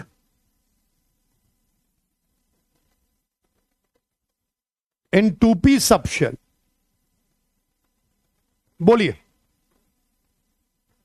in this molecule 2s electron of top carbon, 2s electron of carbon is promoted in 2p subshell। बोलो बेटा, सही या गलत? ये स्टेटमेंट बताइए, सही है या गलत है? बोलिए, सच है या झूठ है? ये स्टेटमेंट सच है या झूठ है? इसका मतलब एक्साइटेड स्टेट का मतलब हो गया कार्बन का 2s इलेक्ट्रॉन 2p में प्रमोट हुआ है। दैट मीन्स ये मॉलिक्यूल कार्बन की एक्साइटेड स्टेट में बना है। अभी जितना समझा रहा हूं सिर्फ उतना समझने पर ध्यान दीजिए। मैं फिर बोल रहा हूं, जितना समझा रहा हूं सिर्फ उतना समझने पर ध्यान दीजिए। इससे ज्यादा की इच्छा मत रखिए। ज्यादा इच्छा रखना स्वास्थ्य के लिए हानिकारक बन सकता है। ठीक है, इसीलिए हाइड्रोकार्बन में, इसीलिए जितने भी ऑर्गेनिक के अंदर मॉलिक्यूल से हाइड्रोकार्बन है वो सब एक्साइटेड स्टेट में बात करते हैं। इसीलिए करते हैं क्योंकि हर जगह कार्बन 4 ही बॉन्ड बनाता है। ठीक है, अब आइए बेटा अगला एक मॉलिक्यूल आपके सामने लेकर आ रहा हूं, पेश कर रहा हूं एक molecule. This is carbon monoxide. एक मॉलिक्यूल आपके सामने पेश करता हूं, this is carbon monoxide, this is CO molecule. अब इस CO मॉलिक्यूल में देखते हैं क्या होने वाला है। कार्बन मोनोऑक्साइड, नाम पूरी दुनिया को याद है, कार्बोक्सी हीमोग्लोबिन बनाता है, ब्लड के सर्कुलेशन को रोकता है और 300% ज्यादा स्टेबल होता है। 300% ज्यादा स्टेबल होता है हीमोग्लोबिन से कार्बोक्सी हीमोग्लोबिन, और ब्लड सर्कुलेशन को रोकता है। इसीलिए ब्लड क्लोटिंग होने से कार्बन मोनोऑक्साइड जो है वो पॉइजनस मिलती है। कारण है कार्बोक्सी हीमोग्लोबिन फॉर्मेशन। बोलो भैया, सही है बेटे बात? ठीक, अब आइए इस मॉलिक्यूल के अंदर बात करते हैं। ध्यान से सुनिएगा मेरी बात पर, मेरी बात पर गौर कीजिए। गौर क्या करना है? कार्बन है ऑक्सीजन है? मेरी बात पर गौर कीजिएगा। एक बात बता रहा हूं, ध्यान से सुनिएगा। कार्बन मोनोऑक्साइड है, कार्बन के वैलेंस इलेक्ट्रॉन है 4, ऑक्सीजन के वैलेंस इलेक्ट्रॉन है 6। अकॉर्डिंग टू ग्रुप नंबर मैंने वैलेंस इलेक्ट्रॉन बार बार बताया है और याद होना चाहिए। कार्बन के 4 है, नाइट्रोजन फैमिली के 5 है, ऑक्सीजन फैमिली के 6 हैं, हेलोजन फैमिली के 7 है, इनर्ट गैस के 8 है, एक्सेप्ट हीलियम है। तो ये ओके। अब देखिए, ऑक्सीजन ने 2 बॉन्ड बनाए, समझ लो बेटा तरीके से, तमीज से। पहला बॉन्ड, दूसरा बॉन्ड, तो ऑक्सीजन ने 2 इलेक्ट्रॉन दिए तो 1 2 3 4। कार्बन ने 2 इलेक्ट्रॉन दिए तो 1 और ये 2 इलेक्ट्रॉन, ये बना हुआ है कुछ। सही है बात? ये वेरी गुड ईशा, बहुत बढ़िया बेटा, शाबाश। हाँ आदित्य, बहुत बढ़िया बेटा, बहुत बढ़िया आदित्य। ठीक है, अब बताइए, यहां पर 2 इलेक्ट्रॉन यहां पर दिए हैं, इसने 2 इलेक्ट्रॉन यहां पर दिए हैं मेरे बच्चे ने। अब ऑक्सीजन के 6 इलेक्ट्रॉन थे, ये कार्बन मेरा बच्चा है, इस बच्चे ने 2 इलेक्ट्रॉन दिए, इस ऑक्सीजन ने 2 इलेक्ट्रॉन दिए, 4 बाकी हैं, इसके 2 बाकी हैं। ध्यान से सुनना मेरी बात को। अब क्या हुआ कि कार्बन जो है ना, ऑक्सीजन का तो ऑक्टेट कंप्लीट हो गया, पर कार्बन जो है बेटा ये कमजोर रह गया। कार्बन बच्चा कमजोर रह गया, ऑक्सीजन बच्चा जो था वो भारी पड़ गया, ऑक्टेट कंप्लीट कर गया। ये वेरी गुड, शाबाश। ये महेंद्र भाई, बहुत बढ़िया, महेंद्र गुजर जिंदाबाद। एकांश, बहुत बढ़िया बेटा, शाबाश, बहुत बढ़िया बेटा। मोहम्मद अतीक भाई, बहुत बढ़िया, धन्यवाद भाई, है ना। आदर्श, बहुत बढ़िया बेटा, शाबाश, वेरी गुड, बेहतरीन, जबरदस्त, जिंदाबाद। अब देखिए, कार्बन ने यहां पर, बहुत बढ़िया बेटा, कार्बन ने यहां पर 2 बॉन्ड का फॉर्मेशन किया है, और जब जब कार्बन 2 बॉन्ड का फॉर्मेशन करता है, ध्यान से सुनना, जब जब कार्बन 2 बॉन्ड का फॉर्मेशन करता है तो वो ग्राउंड स्टेट में करता है। मेरे बच्चे ने ग्राउंड स्टेट में यहां पर बॉन्ड फॉर्मेशन किया, और बॉन्ड फॉर्मेशन करने के बाद एक वैकेंट ऑर्बिटल है, और इस वैकेंट ऑर्बिटल में इस ऑक्सीजन ने अपना एक लोन पेयर डोनेट कर दिया, ताकि कार्बन की कमजोरी को दूर किया जा सके। और कार्बन की कमजोरी को दूर करने के लिए ऑक्सीजन ने अपना लोन पेयर ऑक्सीजन ने बेटे, ऑक्सीजन ने अपना लोन पेयर इस कार्बन के वैकेंट ऑर्बिटल में डोनेट कर दिया। ये डोनेशन दे दिया भैया, डोनेशन। क्यों डोनेशन दिया? ऑक्सीजन ने देखा भाई कमजोर है, मेरे से जुड़ने वाला कार्बन कमजोर है, मैं किसी को कमजोर नहीं रहने दूंगा, क्योंकि मेरे पास एक ऐसा अलोन पेयर है, ऐसा पेयर पड़ा हुआ है जो फालतू है, जो कुछ काम नहीं आ रहा, तो मैं काम करता हूं, उसको दे देता हूं, क्या पता उसकी कमजोरी दूर हो जाए। और ऐसे कार्बन की कमजोरी भी दूर हो गई, ऑक्सीजन की कमजोरी भी दूर हो गई। और जब कमजोरी दूर हो गई है तो फिर देखा कि कार्बन ने 2 अनपेयर्ड के साथ ही बॉन्ड बनाया है। इसका मतलब ये मॉलिक्यूल कार्बन की ग्राउंड स्टेट में फॉर्म हुआ है, एक्साइटेड स्टेट में फॉर्म नहीं हुआ है। कहने का मतलब यह है, इसका मतलब अमन पांडे ने बहुत अच्छी बात लिखी है। अमन पांडे, बहुत बढ़िया बेटा, वेरी गुड, बहुत बढ़िया। That means in this molecule 2s electron of carbon is not promoted and 2p subshell. ये रहा साहब, बहुत सिंपल, जबरदस्त तरीके से, जिंदाबाद। सही है, बिल्कुल। कार्बन कमजोर था। ऑक्सीजन ने बोला कि भाई मैं आ चुका हूं, तू कमजोर कैसे रह सकता है, तेरे को भी कर देते हैं, बिल्कुल जवान कर देते हैं तेरे को। और उसने अपने इलेक्ट्रॉन को इसको दिया, और वैकेंट ये लेके बैठा था, और वैकेंट ग्राउंड स्टेट में कार्बन के पास एक रहता है, इसीलिए इस मॉलिक्यूल में कार्बन एक्साइटेड स्टेट में जाने की जरूरत ही नहीं पड़ी। इसका मतलब कार्बन मोनोऑक्साइड ऐसा मॉलिक्यूल है जिसमें कार्बन का 2s इलेक्ट्रॉन, मेरे बच्चे, 2s इलेक्ट्रॉन 2p सबशेल में प्रमोट नहीं हुआ। तो क्वेश्चन ये बनता है, क्वेश्चन देगा वो 4 ऑप्शन देगा आपको। इसका मतलब वो आपको ऑप्शन देगा और पूछेगा कि बताइए ऐसा कौन सा मॉलिक्यूल है जिसमें कार्बन का 2s इलेक्ट्रॉन 2p में प्रमोट नहीं हुआ। आंसर एक पहला देना है, कार्बन मोनोऑक्साइड। जहां पर 4 बॉन्ड बनाए प्रमोट हो गया, जहां पर 4 बॉन्ड नहीं बने कार्बन के, मतलब मान के चलिए प्रमोशन नहीं हो पाया। बोलिए साहब। हाँ जी, नाइसा अग्रवाल, गुड इवनिंग, बढ़िया बेटा। इसी को कोऑर्डिनेट बॉन्ड बोलते हैं भैया जी, कोऑर्डिनेट बॉन्ड इसी को बोलते हैं। एक ने लोन पेयर वैकेंट ऑर्बिटल में दिया कोऑर्डिनेट बॉन्ड के थ्रू, ये आ गया कोऑर्डिनेट बॉन्ड। ऑक्सीजन ने अपना लोन पेयर दिया। ऑक्सीजन ने लोन पेयर दिया क्यों? वो बोला कि भैया अलोन पेयर पड़ा है, loan pair is alone pair है, अकेला महसूस कर रहा है, एक ऑर्बिटल में दे देते हैं, बॉन्ड बन जाएगा, मजे आ जाएंगे, खाली तो पड़ा था। ठीक है, क्लियर है बात? ओके,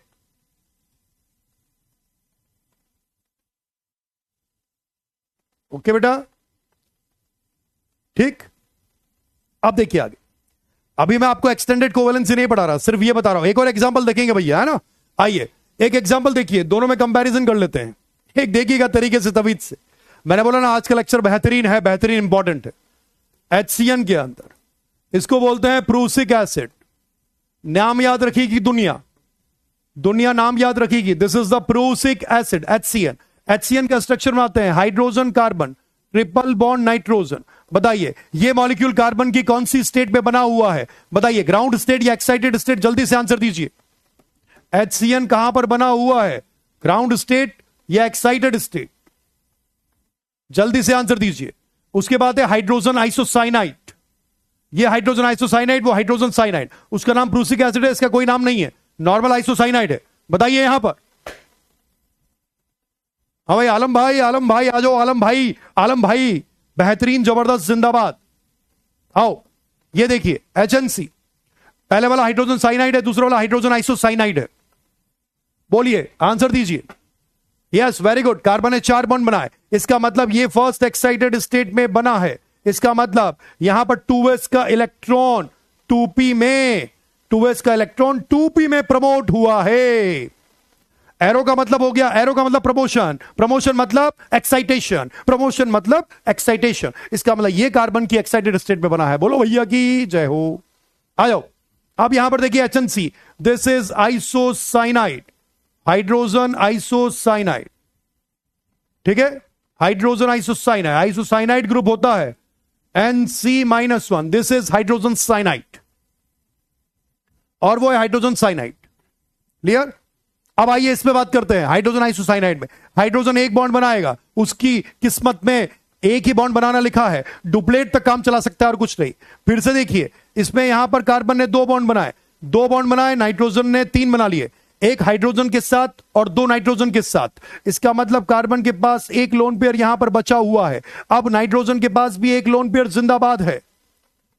अब कार्बन फिर से कमजोर हो गया, कार्बन ने फिर से देखा कमजोरी है मेरे पास, 6 इलेक्ट्रॉन है, कमजोरी है भाई साहब, कमजोरी है। इसका मतलब नाइट्रोजन कमजोर नहीं रहेगा, तू कमजोर नहीं है, तेरे को मैं कमजोरी से बाहर निकालूंगा। और फिर से इस नाइट्रोजन ने अपने लोन पेयर को डोनेट कर दिया, और डोनेट करने के बाद बोले तो नाइट्रोजन का भी ऑक्टेट कंप्लीट हो गया और कार्बन का भी ऑक्टेट कंप्लीट हो गया। इसका मतलब फिर से वही बात, कार्बन ने बॉन्ड कितने बनाए? 2। कहां बनाए? ग्राउंड स्टेट, क्योंकि नाइट्रोजन लोन पेयर दिया। इसका मतलब ये कहां पर बना है? Ground state of carbon. तो ये कार्बन की ग्राउंड स्टेट में बना है, and that means 2s electron is not promoted in 2p subshell. बोलो जी, मेरा मोटिव बताने का यह है कि कौन सा मॉलिक्यूल कार्बन का कहां पर बनता है। जब जब carbon 4 bond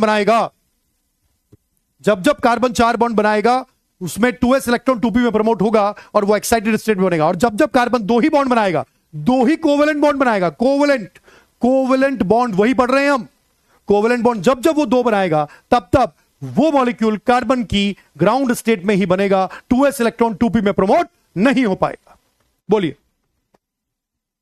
yes, bond form by sharing of LP, sharing of LP is called coordinate bond. बिल्कुल बोल सकते हैं, जिसको अनइक्वल शेयरिंग भी बोला जाता है। और अनइक्वल शेयरिंग का मतलब होता है एक ने दिया और यूज दोनों ने किया, एक ने दिया यूज दोनों ने किया, this is the unequal sharing. बोलिए, ठीक है बात? ओके, तो 2 एग्जाम्पल मैंने लिखे हैं आपके सामने।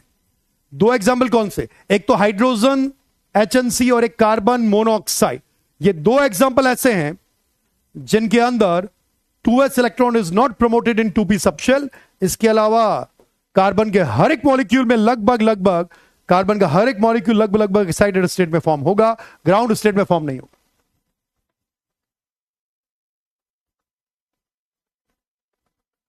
एक ही देता है, उसे दोनों यूज करते हैं। बिल्कुल सही बात है। ओके,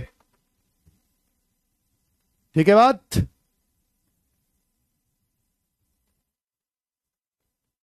ठीक है, तो नाइट्रोजन के वैलेंस इलेक्ट्रॉन 5 थे, 5 में से एक लोन पेयर की फॉर्म में कार्बन को दे दिया। तो ये अपना पहला क्वेश्चन कि कौन सा मॉलिक्यूल कार्बन की ग्राउंड स्टेट में बना है, कौन सा मॉलिक्यूल कार्बन की एक्साइटेड स्टेट में बना है। ओके, आइए अब आइए इसके बाद आगे देखते हैं, एग्जांपल लेते हैं। कार्बन के बाद आते हैं बेटा, है ना? आ जाओ।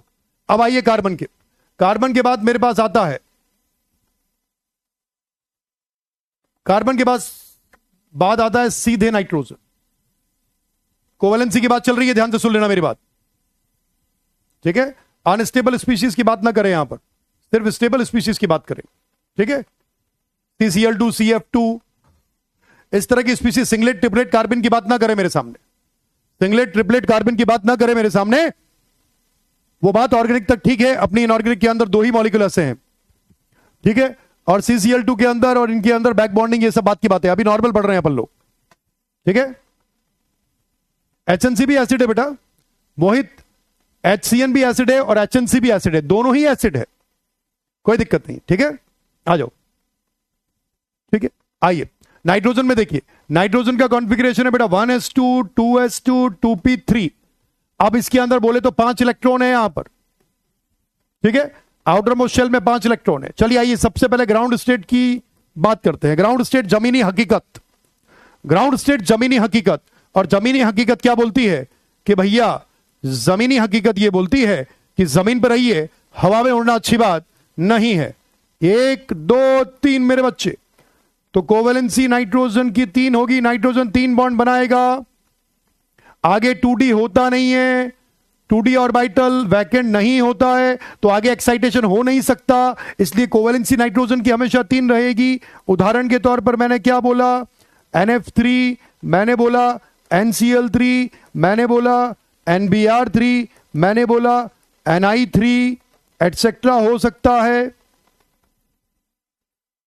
Stable trihalide of nitrogen, ये stable trihalide of nitrogen है। और जो बाकी तीनों मिलते हैं वो एक्सप्लोसिव मिलते हैं, ये इनकी प्रॉपर्टी है, कारण है लेस थर्मल स्टेबल होना। समझ में आ गई बात। NF3 स्टेबल है, बाकी जो NCl3 NBr3 Ni3 है वो एक्सप्लोसिव नेचर के होते हैं, ये इनकी प्रॉपर्टी है, कारण है लेस थर्मल स्टेबल होना है, उसका कारण है बॉन्ड वीक हो जाना, क्योंकि साइज बड़ा हो जाना। नाइट्रोजन की covalency 3 in ground state, excited पे जा नहीं सकता, नाइट्रोजन सिर्फ 3 बॉन्ड बनाएगा। तो बताइए, एग्जांपल के तौर पे बताइए मुझे, बताओ, सोचो जल्दी से बताइए बेटा, NF5 एग्जिस्ट करेगा नहीं करेगा, NCl5 एग्जिस्ट करेगा नहीं करेगा, बोलो भैया जी। ये दोनों एग्जिस्ट करेंगे नहीं करेंगे? दोनों एग्जिस्ट नहीं करेंगे। कारण क्या बोलेंगे? कारण बोलेंगे absence of vacant orbital. Vacant orbital की एब्सेंस की वजह से ये NCl5 NF5 एग्जिस्ट नहीं कर सकता है। सही है? यस। अमोनिया करेगा ना बेटा? मैंने एटसेट्रा लिख तो दिया ना, एटसेट्रा लिख दिया। अब अमोनिया तो पूरी दुनिया ही जानती है ना, तो अमोनिया को बोलना ही क्या है कि एग्जिस्ट करना है कि नहीं करना है। अमोनिया तो सब लोग जानते हैं कि एग्जिस्ट करेगा। तो वैकेंट ऑर्बिटल फर्दर नहीं है, इसलिए नाइट्रोजन जो है वो 5 बॉन्ड नहीं बना सकता है। पहला क्वेश्चन, मतलब दूसरा क्वेश्चन, पहला कार्बन के लिए, कार्बन के लिए पहला क्वेश्चन है ना, कार्बन के लिए पहला क्वेश्चन, कौन ग्राउंड स्टेट में कौन एक्साइटेड स्टेट में। नाइट्रोजन के लिए दूसरा क्वेश्चन, NF5 NCl5 क्यों नहीं बनेगा? बोलेंगे absence of vacant D orbital, मतलब वैकेंट डी ऑर्बिटल की अवेलेबिलिटी नहीं है या फिर वैकेंट ऑर्बिटल नहीं है, दैट्स व्हाई ये 5 बॉन्ड नहीं बना सकता, एक्साइटेड स्टेट में नहीं जान सकता। 5 मैक्सिमम कोवेलेंसी 5 नहीं हो सकती, 5 जा ही नहीं सकता वो, क्योंकि वैकेंट है ही नहीं, इसलिए नाइट्रोजन 3 बॉन्ड बनाकर अभी खुश रहेगा, 3 कोवेलेंट बॉन्ड। बोलिए भाई। हाँ पठान भाई, हाँ बिल्कुल। अगला आइए बेटा ऑक्सीजन। ऑक्सीजन में देख लो, ऑक्सीजन का एटॉमिक नंबर 8 है, कॉन्फ़िगरेशन 1s2 है, 2s2 है, 2p4 है मेरे बच्चे। अब देखिए यहां पर 2p4 है, 6 इलेक्ट्रॉन है। सबसे पहले जमीनी हकीकत, जमीनी हकीकत क्या बोलती है? ये जमीनी हकीकत है 2s है, ये जमीनी हकीकत 2p4 है। ये 1 2 3 4, तो कोवेलेंसी ऑक्सीजन की 2 हो गई ग्राउंड स्टेट में, एक्साइटेड पे जा नहीं सकता क्योंकि 2d वैकेंट होता ही नहीं है, और 2d खाली नहीं है तो एक्साइटेशन पॉसिबल नहीं है। अमोनिया तो बनेगा ना मेरे भाई, अमोनिया तो बनेगा ना, लिखने की जरूरत क्या है, लिखने की आवश्यकता क्या है? अमोनिया तो बनेगा मेरे भाई मेरे दोस्त, मेरे भाई मेरे दोस्त, मेरे भाई मेरे दोस्त, अमोनिया बनेगा। लिखने की जरूरत होती है क्या अमोनिया को? 3 बॉन्ड बना रहा है, अमोनिया बनेगा ना। पूछने की जरूरत ही क्या है, लिखने की जरूरत ही क्या है? हाँ भाई उल्लू नीट, उल्लू नीट, ये क्या नाम रख रखा है? उल्लू नीट, ये कौन, ये क्या नाम है मेरे बेटे? उल्लू और नीट, मतलब नीट ऑफ उल्लू, उल्लू ऑफ नीट। ये क्या नाम है बेटा? ढंग का नाम तो रखा होता थोड़ा। आ जा, उदाहरण के तौर पे बोले तो देखिए, OF2 बनेगा, H2O बनेगा, H2O2 बनेगा, एटसेट्रा भी बन सकता है। तो ऑक्सीजन 2 बॉन्ड बनाएगा, तो ये तो बेटा एग्जिस्ट करेगा। पर अगर मैं बोलूं OF4, मैंने बोला OH4, मैंने बोला OF6, मैंने बोला OF4, ये एग्जिस्ट, नॉट एग्जिस्ट। और नॉट एग्जिस्ट होने के पीछे रीजन देगी पूरी दुनिया, रीजन बताएगी। बताइए ये एग्जिस्ट क्यों नहीं करते हैं? रीजन बोलेंगे एब्सेंस ऑफ वैकेंट ऑर्बिटल। इसका मतलब ऑक्सीजन 2 बॉन्ड बनाएगा, 2 कोवेलेंट बॉन्ड बनाएगा ऑक्सीजन, नाइट्रोजन बनाएगा 3 कोवेलेंट बॉन्ड। इससे ज्यादा वो कोवेलेंट बॉन्ड बना ही नहीं सकते।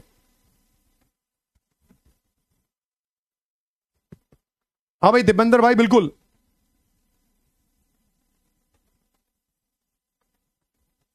ठीक है। हाँ भाई, ये नाम सही कर ले बेटा, ये उल्लू, उल्लू ऑफ नीट, ये नाम सही कर ले मेरे बच्चे।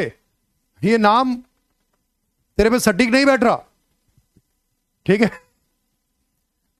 H2O2 एग्जिस्ट करता है, बिल्कुल H2O2 एग्जिस्ट करता है। और यहां पर H2O2 पे ऑक्सीजन ने 2 ही बॉन्ड बनाए हैं, और 2 ही बॉन्ड ऑक्सीजन ने बनाए हैं, मतलब एग्जिस्ट कर रहा है। यहां पर OF2 में कर रहा है, H2O में, H2O2 में बिल्कुल करता है। Half open book like structure है, पूरी दुनिया जानती है, पूरी दुनिया जानती है half open book like structure होता है। और ऑक्सीजन 2 ही बॉन्ड बनाता है, 2 ही बॉन्ड बनाया है, बात खत्म हो। अच्छा सा नाम रख, उल्लू नाम क्या रखा हुआ है?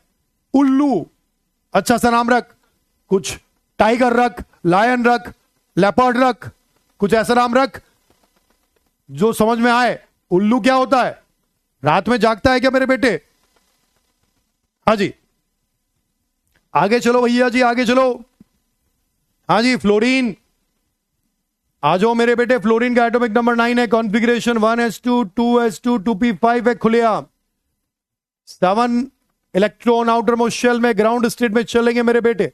ग्राउंड स्टेट में चलते ही काम खत्म हो गया। क्या काम खत्म हो गया? ये 2s है, ये 2p है। 2d खाली होता नहीं है, 2d एग्जिस्ट करता नहीं है। तो ये 1 2 3 4 5 6 और ये 7 एक अनपेयर्ड है। इसका मतलब फ्लोरीन जो है वो एक ही बॉन्ड बनाएगा, लाइक हाइड्रोजन। हाइड्रोजन भी एक बनाएगा, फ्लोरीन भी एक बनाएगा, ठीक है। यस, शंकर जी मेहरबानी कर दो, शंकर जी मेहरबानी। जय हो जय हो जय हो भोलेनाथ, हर हर महादेव, शिव शंकर। तो शंकर जी मेहरबानी कर दीजिए, थोड़ी सी गरीबों का ध्यान रख लीजिए भाई साहब,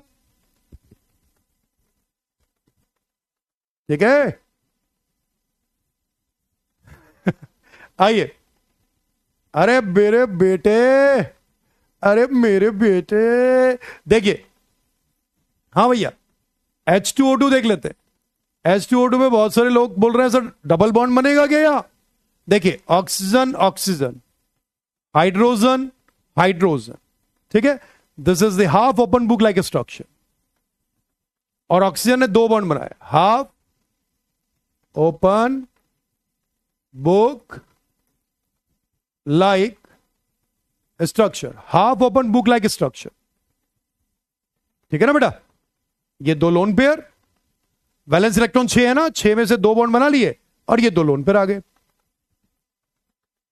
हाँ भाई, गरीब ही तो हैं, गरीब भाई। नमस्कार। शंकर जी ने बहुत बहुत बड़ा क्वेश्चन पूछ लिया है, शंकर जी ने बहुत बड़ा क्वेश्चन पूछ लिया है। और शंकर जी को मैं नमन करता हूं, धन्यवाद देता हूं कि भाई साहब गरीब आदमी से इतना बड़ा क्वेश्चन ना पूछे, ठीक है। मर जाएगा भाई गरीब आदमी, इतना बड़ा क्वेश्चन, इतना बड़ा। तो शंकर जी माफ करिएगा, गलती हो गई, कुछ क्षमा प्रार्थी है हम लोग, है ना। तो H2O2 half open book like structure है बेटा। और यहां पर ऑक्सीजन ने 2 बॉन्ड बनाए हैं, इसका मतलब ऑक्सीजन ग्राउंड स्टेट में बॉन्ड बना रहा है, ठीक है। हाँ, परोक्साइड है, बिल्कुल।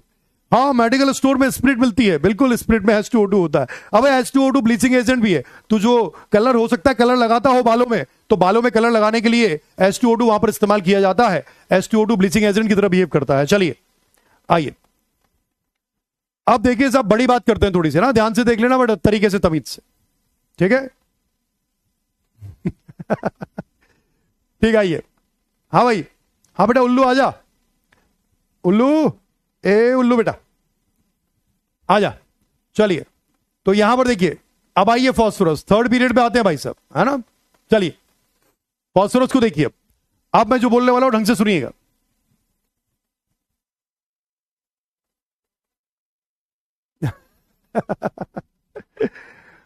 चलिए तो सुनिए इधर।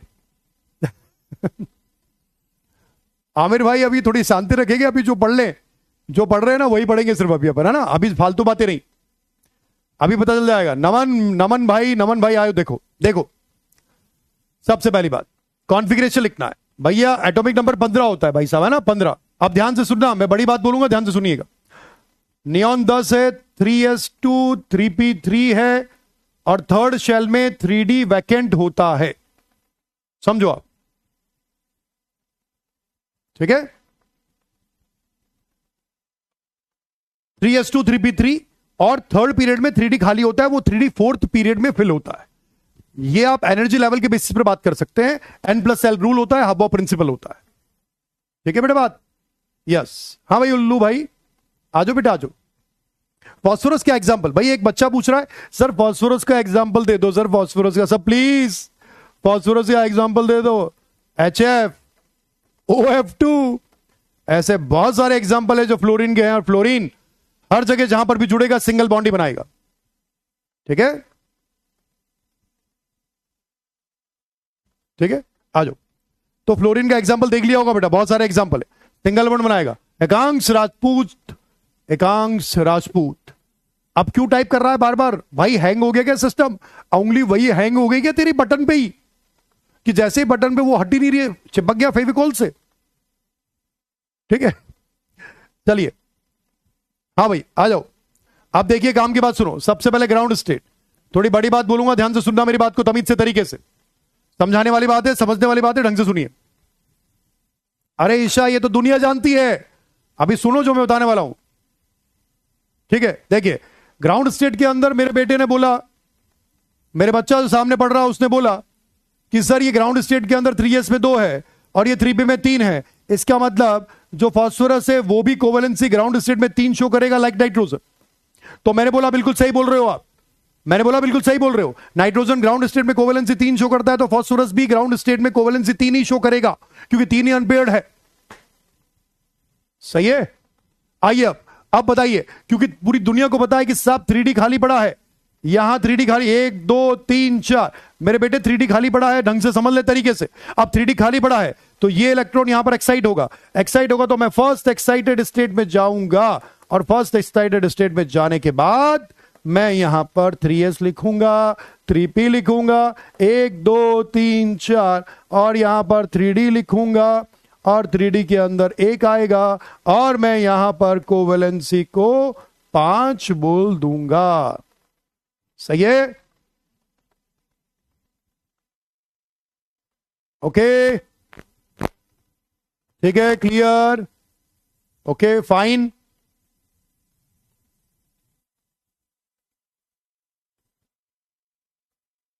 ठीक है,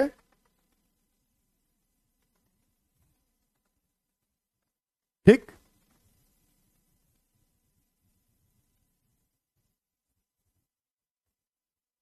क्लियर। हाइड्रोजन में था नहीं, फास्फोरस में खाली पड़ा है, एक्साइटेड कर दिया, 5 बॉन्ड बन गए, है ना, ठीक है। अब देखिए ध्यान से सुनना, अब ये जो रिप्रेजेंटेशन है एक्चुअली ऐसा होता नहीं है। अब मेरी बात ढंग से सुनना तमीज से, ये जो रिप्रेजेंटेशन है ये ऐसा होता नहीं है, समझ रहे हो ना, ऐसा होता नहीं, एक्चुअल ऐसा होता है। देखो ये 3s होगा, ये 3p होगा, और ये 3d होगा, ऐसे ही होगा ना बेटा।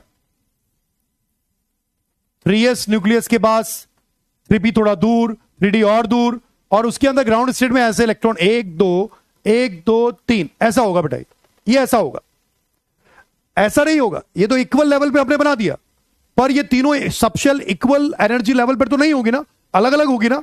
अब एस होगा न्यूक्लियस के पास, पी होगा थोड़ा दूर, डी होगा और दूर, एस होगा न्यूक्लियस के पास, पी थोड़ा दूर, डी और दूर, एफ और दूर, पर एफ यहां पर होता नहीं है, इसलिए 3s 3p 3d होता है, ठीक है ना, ढंग से देखो आप तरीके से। अब ध्यान से सुनो, अब क्या हुआ कि ग्राउंड स्टेट में यहां पर, ये ग्राउंड स्टेट की बात चल रही है ना मेरे बच्चे। अब बताइए मुझे क्या करना है, इस इलेक्ट्रॉन को यहां पर एक्साइट करवाना है। सही है, ढंग से सुन लो, जो समझाना चाहता हूं वो सुनो आप, अपनी पंचायती मत करो यहां, सुना करो। मैंने बोला था आज का लेक्चर इंपॉर्टेंट है, मैं रटवाता नहीं हूं, समझा रहा हूं, तो ढंग से तमीज से सीखो। बहुत सिंपल बात कर रहा हूं। थर्ड पीरियड से वैकेंट शुरू होता है, सेकंड पीरियड में कोई वैकेंट ऑर्बिटल नहीं है डी, थर्ड पीरियड से डी वैकेंट होते हैं। थर्ड पीरियड में 3D, फोर्थ में 4D, 5 में 5D वैकेंट होता है। सही है, अब देखिए, अब ध्यान से देखिए, तो अब मुझे क्या करना है, इस फास्फोरस में ग्राउंड स्टेट से इस 3s के इलेक्ट्रॉन को 3D में प्रमोट करना है, यहां से यहां लेकर आना है। अब यहां से यहां लाना है तो एनर्जी गैप इतना बड़ा है, ये 3s है, समझो ये 3s है और ये 3D है, समझ ले मेरी बात अच्छे से, ये 3s ये 3D, एनर्जी गैप इतना सारा है, इतना सारा, इतना बड़ा एनर्जी गैप है। अब इतने बड़े एनर्जी गैप में, इतने बड़े एनर्जी गैप में इलेक्ट्रॉन को नीचे से ऊपर ले जाना मुश्किल है। सही है, हां बेटा, रिया बिल्कुल सही है। अब मुझे इस इलेक्ट्रॉन को यहां पर ले जाना है, अब इसको इलेक्ट्रॉन को यहां पर ले जाना, तो एनर्जी गैप ज्यादा है, इसका मतलब 3s का 3D में प्रमोट होना मुश्किल है। अब 3s का 3D में प्रमोट होना मुश्किल है, अब 3s का 3D में प्रमोट होना मुश्किल है, इसका मतलब हमें इसको प्रमोट करने के लिए एनर्जी गैप को कम करना पड़ेगा। बोलिए,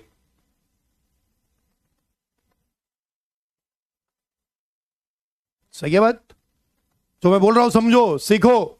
मैंने बोला था ना, आप अपना जितना भी जानते हो वो नॉलेज अपने साइड में रखो, अभी जो भी जानते हो आप वो नॉलेज अपनी साइड में रखो, क्योंकि मैं जितना जानता हूं उतना आप शायद नहीं जान सकते, तो इसलिए जो नॉलेज आपकी है ना उसको साइड में रख के फेंक दो। अब जो मैं समझा रहा हूं उसको समझो, यह बात समझनी जरूरी है। हाँ जी, अब क्या हुआ कि साहब मुझे अगर 3s के इलेक्ट्रॉन को 3D में ले जाना है तो इस एनर्जी गैप को कम करना पड़ेगा। अब एनर्जी गैप को अगर कम कर दिया तो एक्साइट हो गया, अगर एनर्जी गैप कम नहीं हो पाया तो एक्साइटेशन नहीं होगा, तो फिर एक्साइटेड स्टेट में मॉलिक्यूल भी नहीं बनेगा। सही है बात? 3p में 3 इलेक्ट्रॉन है, तो ये इलेक्ट्रॉन जो है हमको 3D में एक्साइट करवाना है। अब 3D में एक्साइट करवाना है तो 3D के अंदर 3s और 3D के बीच में एनर्जी गैप ज्यादा है, एनर्जी गैप ज्यादा है, तो मैं बोलूं तो यहां पर एनर्जी गैप ज्यादा है। अब एनर्जी गैप ज्यादा है तो 3s का इलेक्ट्रॉन 3p में, 3s का इलेक्ट्रॉन 3D में प्रमोट करना डिफिकल्ट है, पर डिफिकल्ट है तो उसको आसान किया जा सकता है। सही है बात? आसान कौन करेगा? आसान कौन करेगा? जो इन सब शेल को पास लेकर आएगा। अब पास कौन लेकर आएगा? पास कौन लेकर आएगा? जो सैंडल होगा। अब सैंडल पास लेकर कब आएगा? जब उसके न्यूक्लियस का अट्रैक्शन इन सबशेल पर ज्यादा होगा। अब फास्फोरस के न्यूक्लियस का अट्रैक्शन इन सबशेल पर ज्यादा कैसे होगा? जब फास्फोरस पर चार्ज पॉजिटिव आएगा। फास्फोरस पर चार्ज पॉजिटिव आएगा कब? जब फास्फोरस से जुड़ने वाला एटम की En फास्फोरस से ज्यादा होगी। सही है बात? क्लियर है? सही है। अब देखिए, इसका मतलब अगर मान लीजिए मैं बोलता हूं कि फास्फोरस के पास में, मान लीजिए मैंने बोला कि फास्फोरस के पास में फ्लोरीन आया है। मान लीजिए फास्फोरस से फ्लोरीन अटैच होने आया, तो फ्लोरीन ने फास्फोरस पर क्या किया? फ्लोरीन ने फास्फोरस पर क्या किया? पॉजिटिव चार्ज को इंड्यूस कर दिया। फ्लोरीन ने फास्फोरस पर पॉजिटिव चार्ज को लेकर आ गया, क्योंकि fluorine is more electronegative than phosphorus, और पूरी पीरियोडिक टेबल में फ्लोरीन सबसे हाईली इलेक्ट्रोनेगेटिव एलिमेंट है। तो फास्फोरस ने क्या किया? सॉरी, फ्लोरीन ने क्या किया? फ्लोरीन ने फास्फोरस पर पॉजिटिव चार्ज को इंड्यूस कर दिया। फास्फोरस को पॉजिटिव चार्ज जैसे ही मिला, मिलते ही फास्फोरस के न्यूक्लियस का अट्रैक्शन बढ़ गया। अट्रैक्शन बढ़ते ही कॉन्ट्रैक्शन आ गया। कॉन्ट्रैक्शन आते ही ये सिकुड़ गई। सिकुड़ते ही एनर्जी गैप कम हो गया, और जैसे एनर्जी कम हुआ, खटाक से 3s का इलेक्ट्रॉन 3D में प्रमोट हो गया और pF5 का फॉर्मेशन हो गया। बोलो भैया, सही है बात? समझ में आई बात? क्लियर है? अब एनर्जी गैप कम कब होगा भाई? उसको जो कम करवाएगा, कौन करवाएगा? सेंट्रल एटम के से जुड़ने वाला साइड एटम। अब साइड एटम क्या होना चाहिए? सेंट्रल एटम से मोर इलेक्ट्रोनेगेटिव। अगर वो मोर इलेक्ट्रोनेगेटिव है तो इन दोनों के बीच का एनर्जी गैप कम करवाएगा, इलेक्ट्रॉन को एक्साइट करवाएगा, एक्साइट करा के 5 अनपेड लाएगा और 5 अनपेड लाके pf5 को एग्जिस्ट करवाएगा। दैट मीन्स किसी मॉलिक्यूल के फॉर्मेशन में, ध्यान से सुन लो मेरी बात, किसी भी मॉलिक्यूल के फॉर्मेशन में जितना इंपॉर्टेंस सेंट्रल एटम का होता है उतना ही इंपॉर्टेंस साइड एटम का भी होता है। साइड एटम भी जितना इंपॉर्टेंट है उतना सेंट्रल एटम इंपॉर्टेंट है, जितना सेंट्रल एटम इंपॉर्टेंट है उतना ही इंपॉर्टेंट साइड एटम भी होता है। यह बात अपने दिमाग में बिठा के रखिएगा। सबको स्टेबिलिटी चाहिए, सीधी सी बात है। आप बताइए pf5 क्यों बना भाई? pf5 इसलिए बना क्योंकि फ्लोरीन दमदार था, फ्लोरीन में दमदार था फ्लोरीन ने क्या किया? फास्फोरस के इलेक्ट्रॉन को, एनर्जी गैप को कम किया, एनर्जी गैप को कम करके इलेक्ट्रॉन को एक्साइट करवाया और फ्लोरीन बोला आजा 5 बॉन्ड बना लेते हैं क्योंकि मेरे में दम है, मैं तो इलेक्ट्रॉन को एक्साइट करा सकता हूं। तो साइड एटम अगर दमदार है तो इलेक्ट्रॉन एक्साइटेशन होगा, और इलेक्ट्रॉन एक्साइटेशन होगा तो 5 बॉन्ड खुलेआम बनेंगे। और अगर साइड एटम कमजोर है, दमदार नहीं है, तो फिर 5 बॉन्ड नहीं बन सकते, फास्फोरस एक्साइटेड स्टेट में नहीं जा सकता। और इसी को हम बोलते हैं डी ऑर्बिटल कॉन्ट्रैक्शन। क्या बोलते हैं? D orbital contraction. इसका मतलब pf5 में डी ऑर्बिटल कॉन्ट्रैक्शन हुआ है,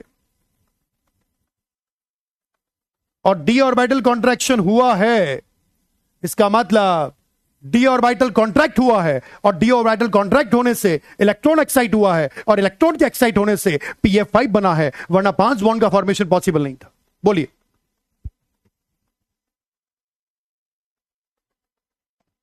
सही है बात? क्लियर है? अब देखिए सिंपल तरीका है।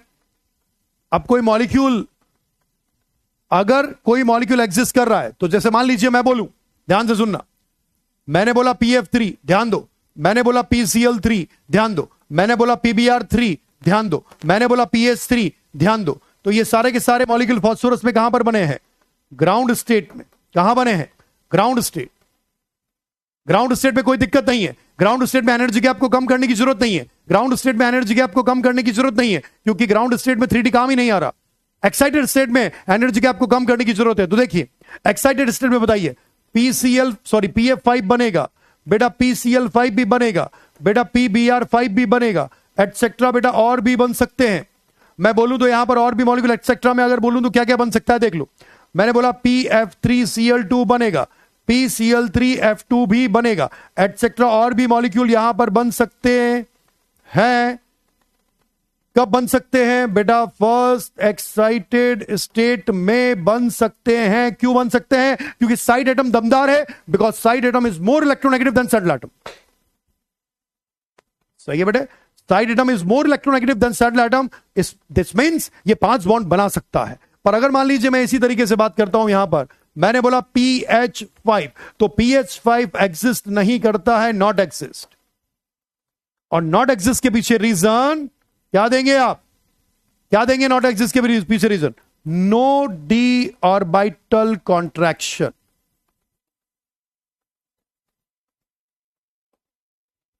No d orbital contraction. D orbital contraction नहीं हो पाया क्योंकि हाइड्रोजन की En 2.1, फास्फोरस भी 2.1। En का वैल्यू जो है वो हाइड्रोजन का फास्फोरस के लगभग बराबर है, और क्योंकि ऑलमोस्ट इक्वल है, दैट मीन्स हाइड्रोजन में दम नहीं है, हाइड्रोजन कमजोर है, और हाइड्रोजन कमजोर है तो वो एनर्जी गैप को कम नहीं करेगा, और एनर्जी गैप को कम नहीं करेगा तो एक्साइट नहीं होगा, एक्साइट नहीं होगा तो 5 बॉन्ड नहीं बनेगा, क्योंकि 5 अनपेयर्ड नहीं आएगा। बोलिए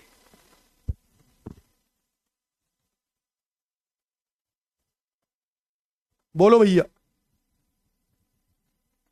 सही है बेटे बात? हाँ, POCl3 बनेगा absent of D orbital contraction. बिल्कुल सही बोल रहे हैं आप। वो भी उसी के तनु उसी के बीच में रहेगा, बस डी ऑर्बिटल जो है वो 3s के नजदीक आ जाएगा, 3p उन्हीं के बीच में रहेगा। नजदीक आने से 3s का इलेक्ट्रॉन 3d में प्रमोट हो जाएगा और बॉन्ड बन जाएगा। सिंपल तरीका बोल रहा हूं, सही है? आइए, अब ऐसे बहुत सारे मॉलिक्यूल बन सकते हैं। मैंने एटसेट्रा लिखा है, ध्यान से सुन लो।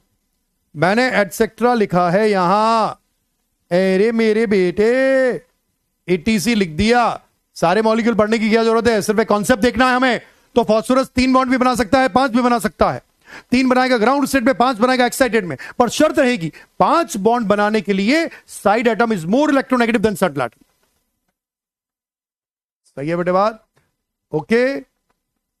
भाई दानिश, दानिया क्या नाम है? हाँ हाँ दानिश भाई, ठीक है। लाल परी क्वेश्चन आएगा पर वो तब आएगा जब मैं लाऊंगा, और मैं लेकर आऊंगा जब कुछ अपन थ्योरी आगे बढ़ चुके होंगे, बेसिक कॉन्सेप्ट कर चुके होंगे, और आपका एक चैप्टर ग्रिप में आ चुका होगा, बेसिक ग्रिप में आ चुका होगा। तब ऐसा क्वेश्चन करवाने में मजा आता है, लाल परी क्वेश्चन करवाने में मजा आता है, तब जाके बेहतरीन तरीके से चीजें निकलती है। सही है बात? आइए अब बात करें। हाँ जी बेटे जी, एक बात और बताना मुझे, अब मैं इसको फाइनल टच दे रहा हूं, फाइनल टच समझना। मैंने बोला सल्फर, अब आप लोग बताएंगे मुझे, ध्यान से सुनना मेरी बात को तरीके से, तमीज से। आप लोग देंगे आंसर। सल्फर का एटॉमिक नंबर 16 होता है, 16 में मैंने आर्गन लिखा, आर्गन में मैंने 18 लिखा 3s2 3p4, और बेटे थर्ड पीरियड में 3d खाली पड़ा है, वैकेंट पड़ा हुआ है, और वैलेंस इलेक्ट्रॉन 6 होंगे यहां पर। चलिए ग्राउंड स्टेट में बात करते हैं। ग्राउंड स्टेट के अंदर ये 3s हो गया, और 3s के अंदर ये 2 इलेक्ट्रॉन है, 3p के अंदर बोले तो 4 इलेक्ट्रॉन है। ये 3p के अंदर 1 2 3 4 कोवेलेंसी कार्बन की ग्राउंड स्टेट में, सॉरी कोवेलेंसी सल्फर की ग्राउंड स्टेट में 2 है। बोलो भैया सही है गलत? सही है? अरे रमेंद्र बनेगा मेरे भाई, बनेगा, ठीक है। पीसीएल कैसे बनेगा शुभम? जब फास्फोरस 3 और 5 ही बॉन्ड बनाता है, 3 बनाता है या 5 बनाता है, तो फिर कैसे बनेगा पीसीएल? जो मर्जी है वो बनाते रहो। अब कोवेलेंसी क्यों पढ़ रहे हो? फास्फोरस या तो 3 बॉन्ड बनाएगा या 5 बनाएगा। अब ये बीच में 4 1, हमें 1 और 4 क्या होता है? पीसीएल कभी सुना है क्या? सही है? आएगा, ठीक है। अब आइए, तो भैया ये सल्फर की कोवेलेंसी 2 है। अब आइए बात करें, तो पहले फर्स्ट एक्साइटेड स्टेट में चलते हैं बेटे। फर्स्ट एक्साइटेड स्टेट के अंदर इलेक्ट्रॉन प्रमोट करेंगे, तो सबसे पहले इलेक्ट्रॉन जो प्रमोट होगा वो होगा 3p वाला। 3p वाला 3d में जाएगा, क्योंकि वो 3d के पहले नजदीक है, और नजदीक है तो यहां पर कोवेलेंसी 4 शो करेगा। फिर 3s वाला एक्साइट होगा, तो सेकेंड एक्साइटेड स्टेट में 3s का इलेक्ट्रॉन 3d में प्रमोट होगा। 2 3 4 5 और 6, तो कोवेलेंसी हो गई बेटे यहां पर 6। तो सल्फर या तो 2 बॉन्ड बनाएगा, या 4 बनाएगा, या 6 बनाएगा। एक्साइटेड स्टेट में उसको ले जाने के लिए मोर इलेक्ट्रोनेगेटिव एलिमेंट होना ही चाहिए। जैसे आइए एग्जांपल लेता हूं भैया, एग्जांपल में आंसर दीजिए, बताइए। H2S SF2 SCl2, बताइए तीनों मॉलिक्यूल कहां पर बने हैं? जल्दी बोलिए। सल्फर की ग्राउंड स्टेट या एक्साइटेड? बोलिए जल्दी। अब अपना बंद करो, अपना ये सब बंद करो और मेरा आंसर दो।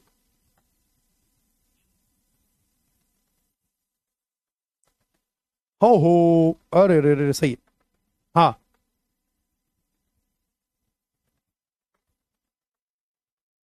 हाँ जी भैया, अपना आंसर दीजिए। ये मॉलिक्यूल कहां पर बने हैं? सल्फर की ग्राउंड स्टेट में। भाई 2 ही तो बॉन्ड बनाए, तो 2 ही बॉन्ड बनाए, तो सल्फर की ग्राउंड स्टेट में ये बॉन्ड बने हुए हैं। सही है? हाँ अरे कर दिया ना, ठीक भाई। हाँ इसके बाद बताइए, अगर मान लीजिए मैंने बोला SF4 SF4 के बाद ध्यान से सुनते रहो, SF4, मैंने बोला SO2, मैंने बोला SOCl2, बताइए ये मॉलिक्यूल कहां पर बने हैं? ये तीनों मॉलिक्यूल कहां पर बने हैं सल्फर के? ये तीनों मॉलिक्यूल सल्फर के कहां पर बने हुए हैं? जल्दी बोलिए।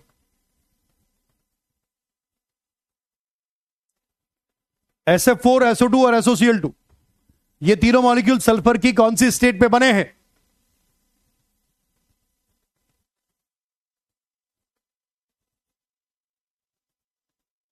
यस। अरे लोकेंद्र सिंह कर दो दिया भाई, वही टाइप हो गया, अटक गया क्या? बीच बीच में अटक जाता है क्या बेटे, क्या है मामला? ये तीनों मॉलिक्यूल फर्स्ट एक्साइटेड स्टेट में बने हैं क्योंकि 4 बॉन्ड बनाए हैं सल्फर ने। ये बताइए कहां बना है? SF6, SO3, SO2Cl2, SOF4, SOF4, ये मॉलिक्यूल कहां बने हैं? सेकेंड एक्साइटेड स्टेट में बने हैं सल्फर की, क्योंकि सभी में 6 बॉन्ड बनाए हैं। तो यहां पर 6 बॉन्ड बनाए हैं, यहां पर 4 बनाए, यहां पर 2 बनाए। ये ग्राउंड स्टेट, ये फर्स्ट एक्साइटेड, ये सेकंड एक्साइटेड स्टेट। बोलो भैया, सही है बेटे बात? अब बताइए ये बनेगा कि नहीं बनेगा? आइए इसके बारे में बताना, मुझे सोच के बोलना। बताइए, बोलो बेटा, SH4 बनेगा या नहीं बनेगा? SH6 बनेगा नहीं बनेगा? जल्दी बोलिए, बोलिए भैया। SH4 SH6 बनेगा नहीं बनेगा?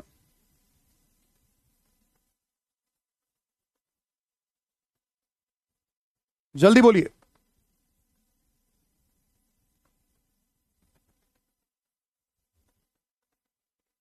बोलिए, SH4 SH6 exist not exist?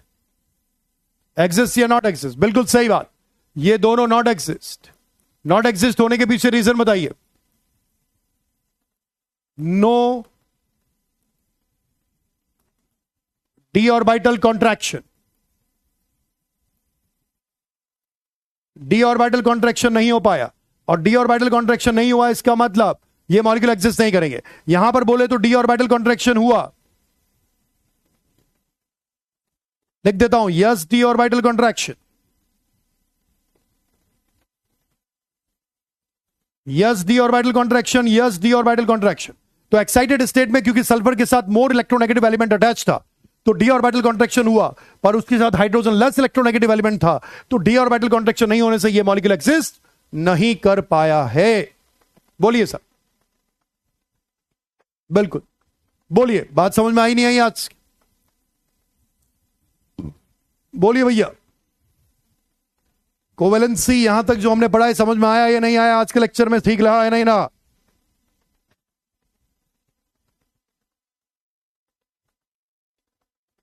First excited state में जो बना डी ऑर्बिटल कॉन्ट्रैक्शन हुआ, यहां पर जो बना उसमें भी हुआ, पर इन दोनों में नहीं हुआ, कारण साइड लेस इलेक्ट्रोनेगेटिव रह गया। अब ग्राउंड स्टेट में क्या, ग्राउंड स्टेट में डी ऑर्बिटल कॉन्ट्रैक्शन का अचार डालोगे क्या? ग्राउंड स्टेट में डी ऑर्बिटल कॉन्ट्रैक्शन का अचार डालोगे क्या? वहां तो डी काम ही नहीं आया ना, काम नहीं आया तो करोगे क्या?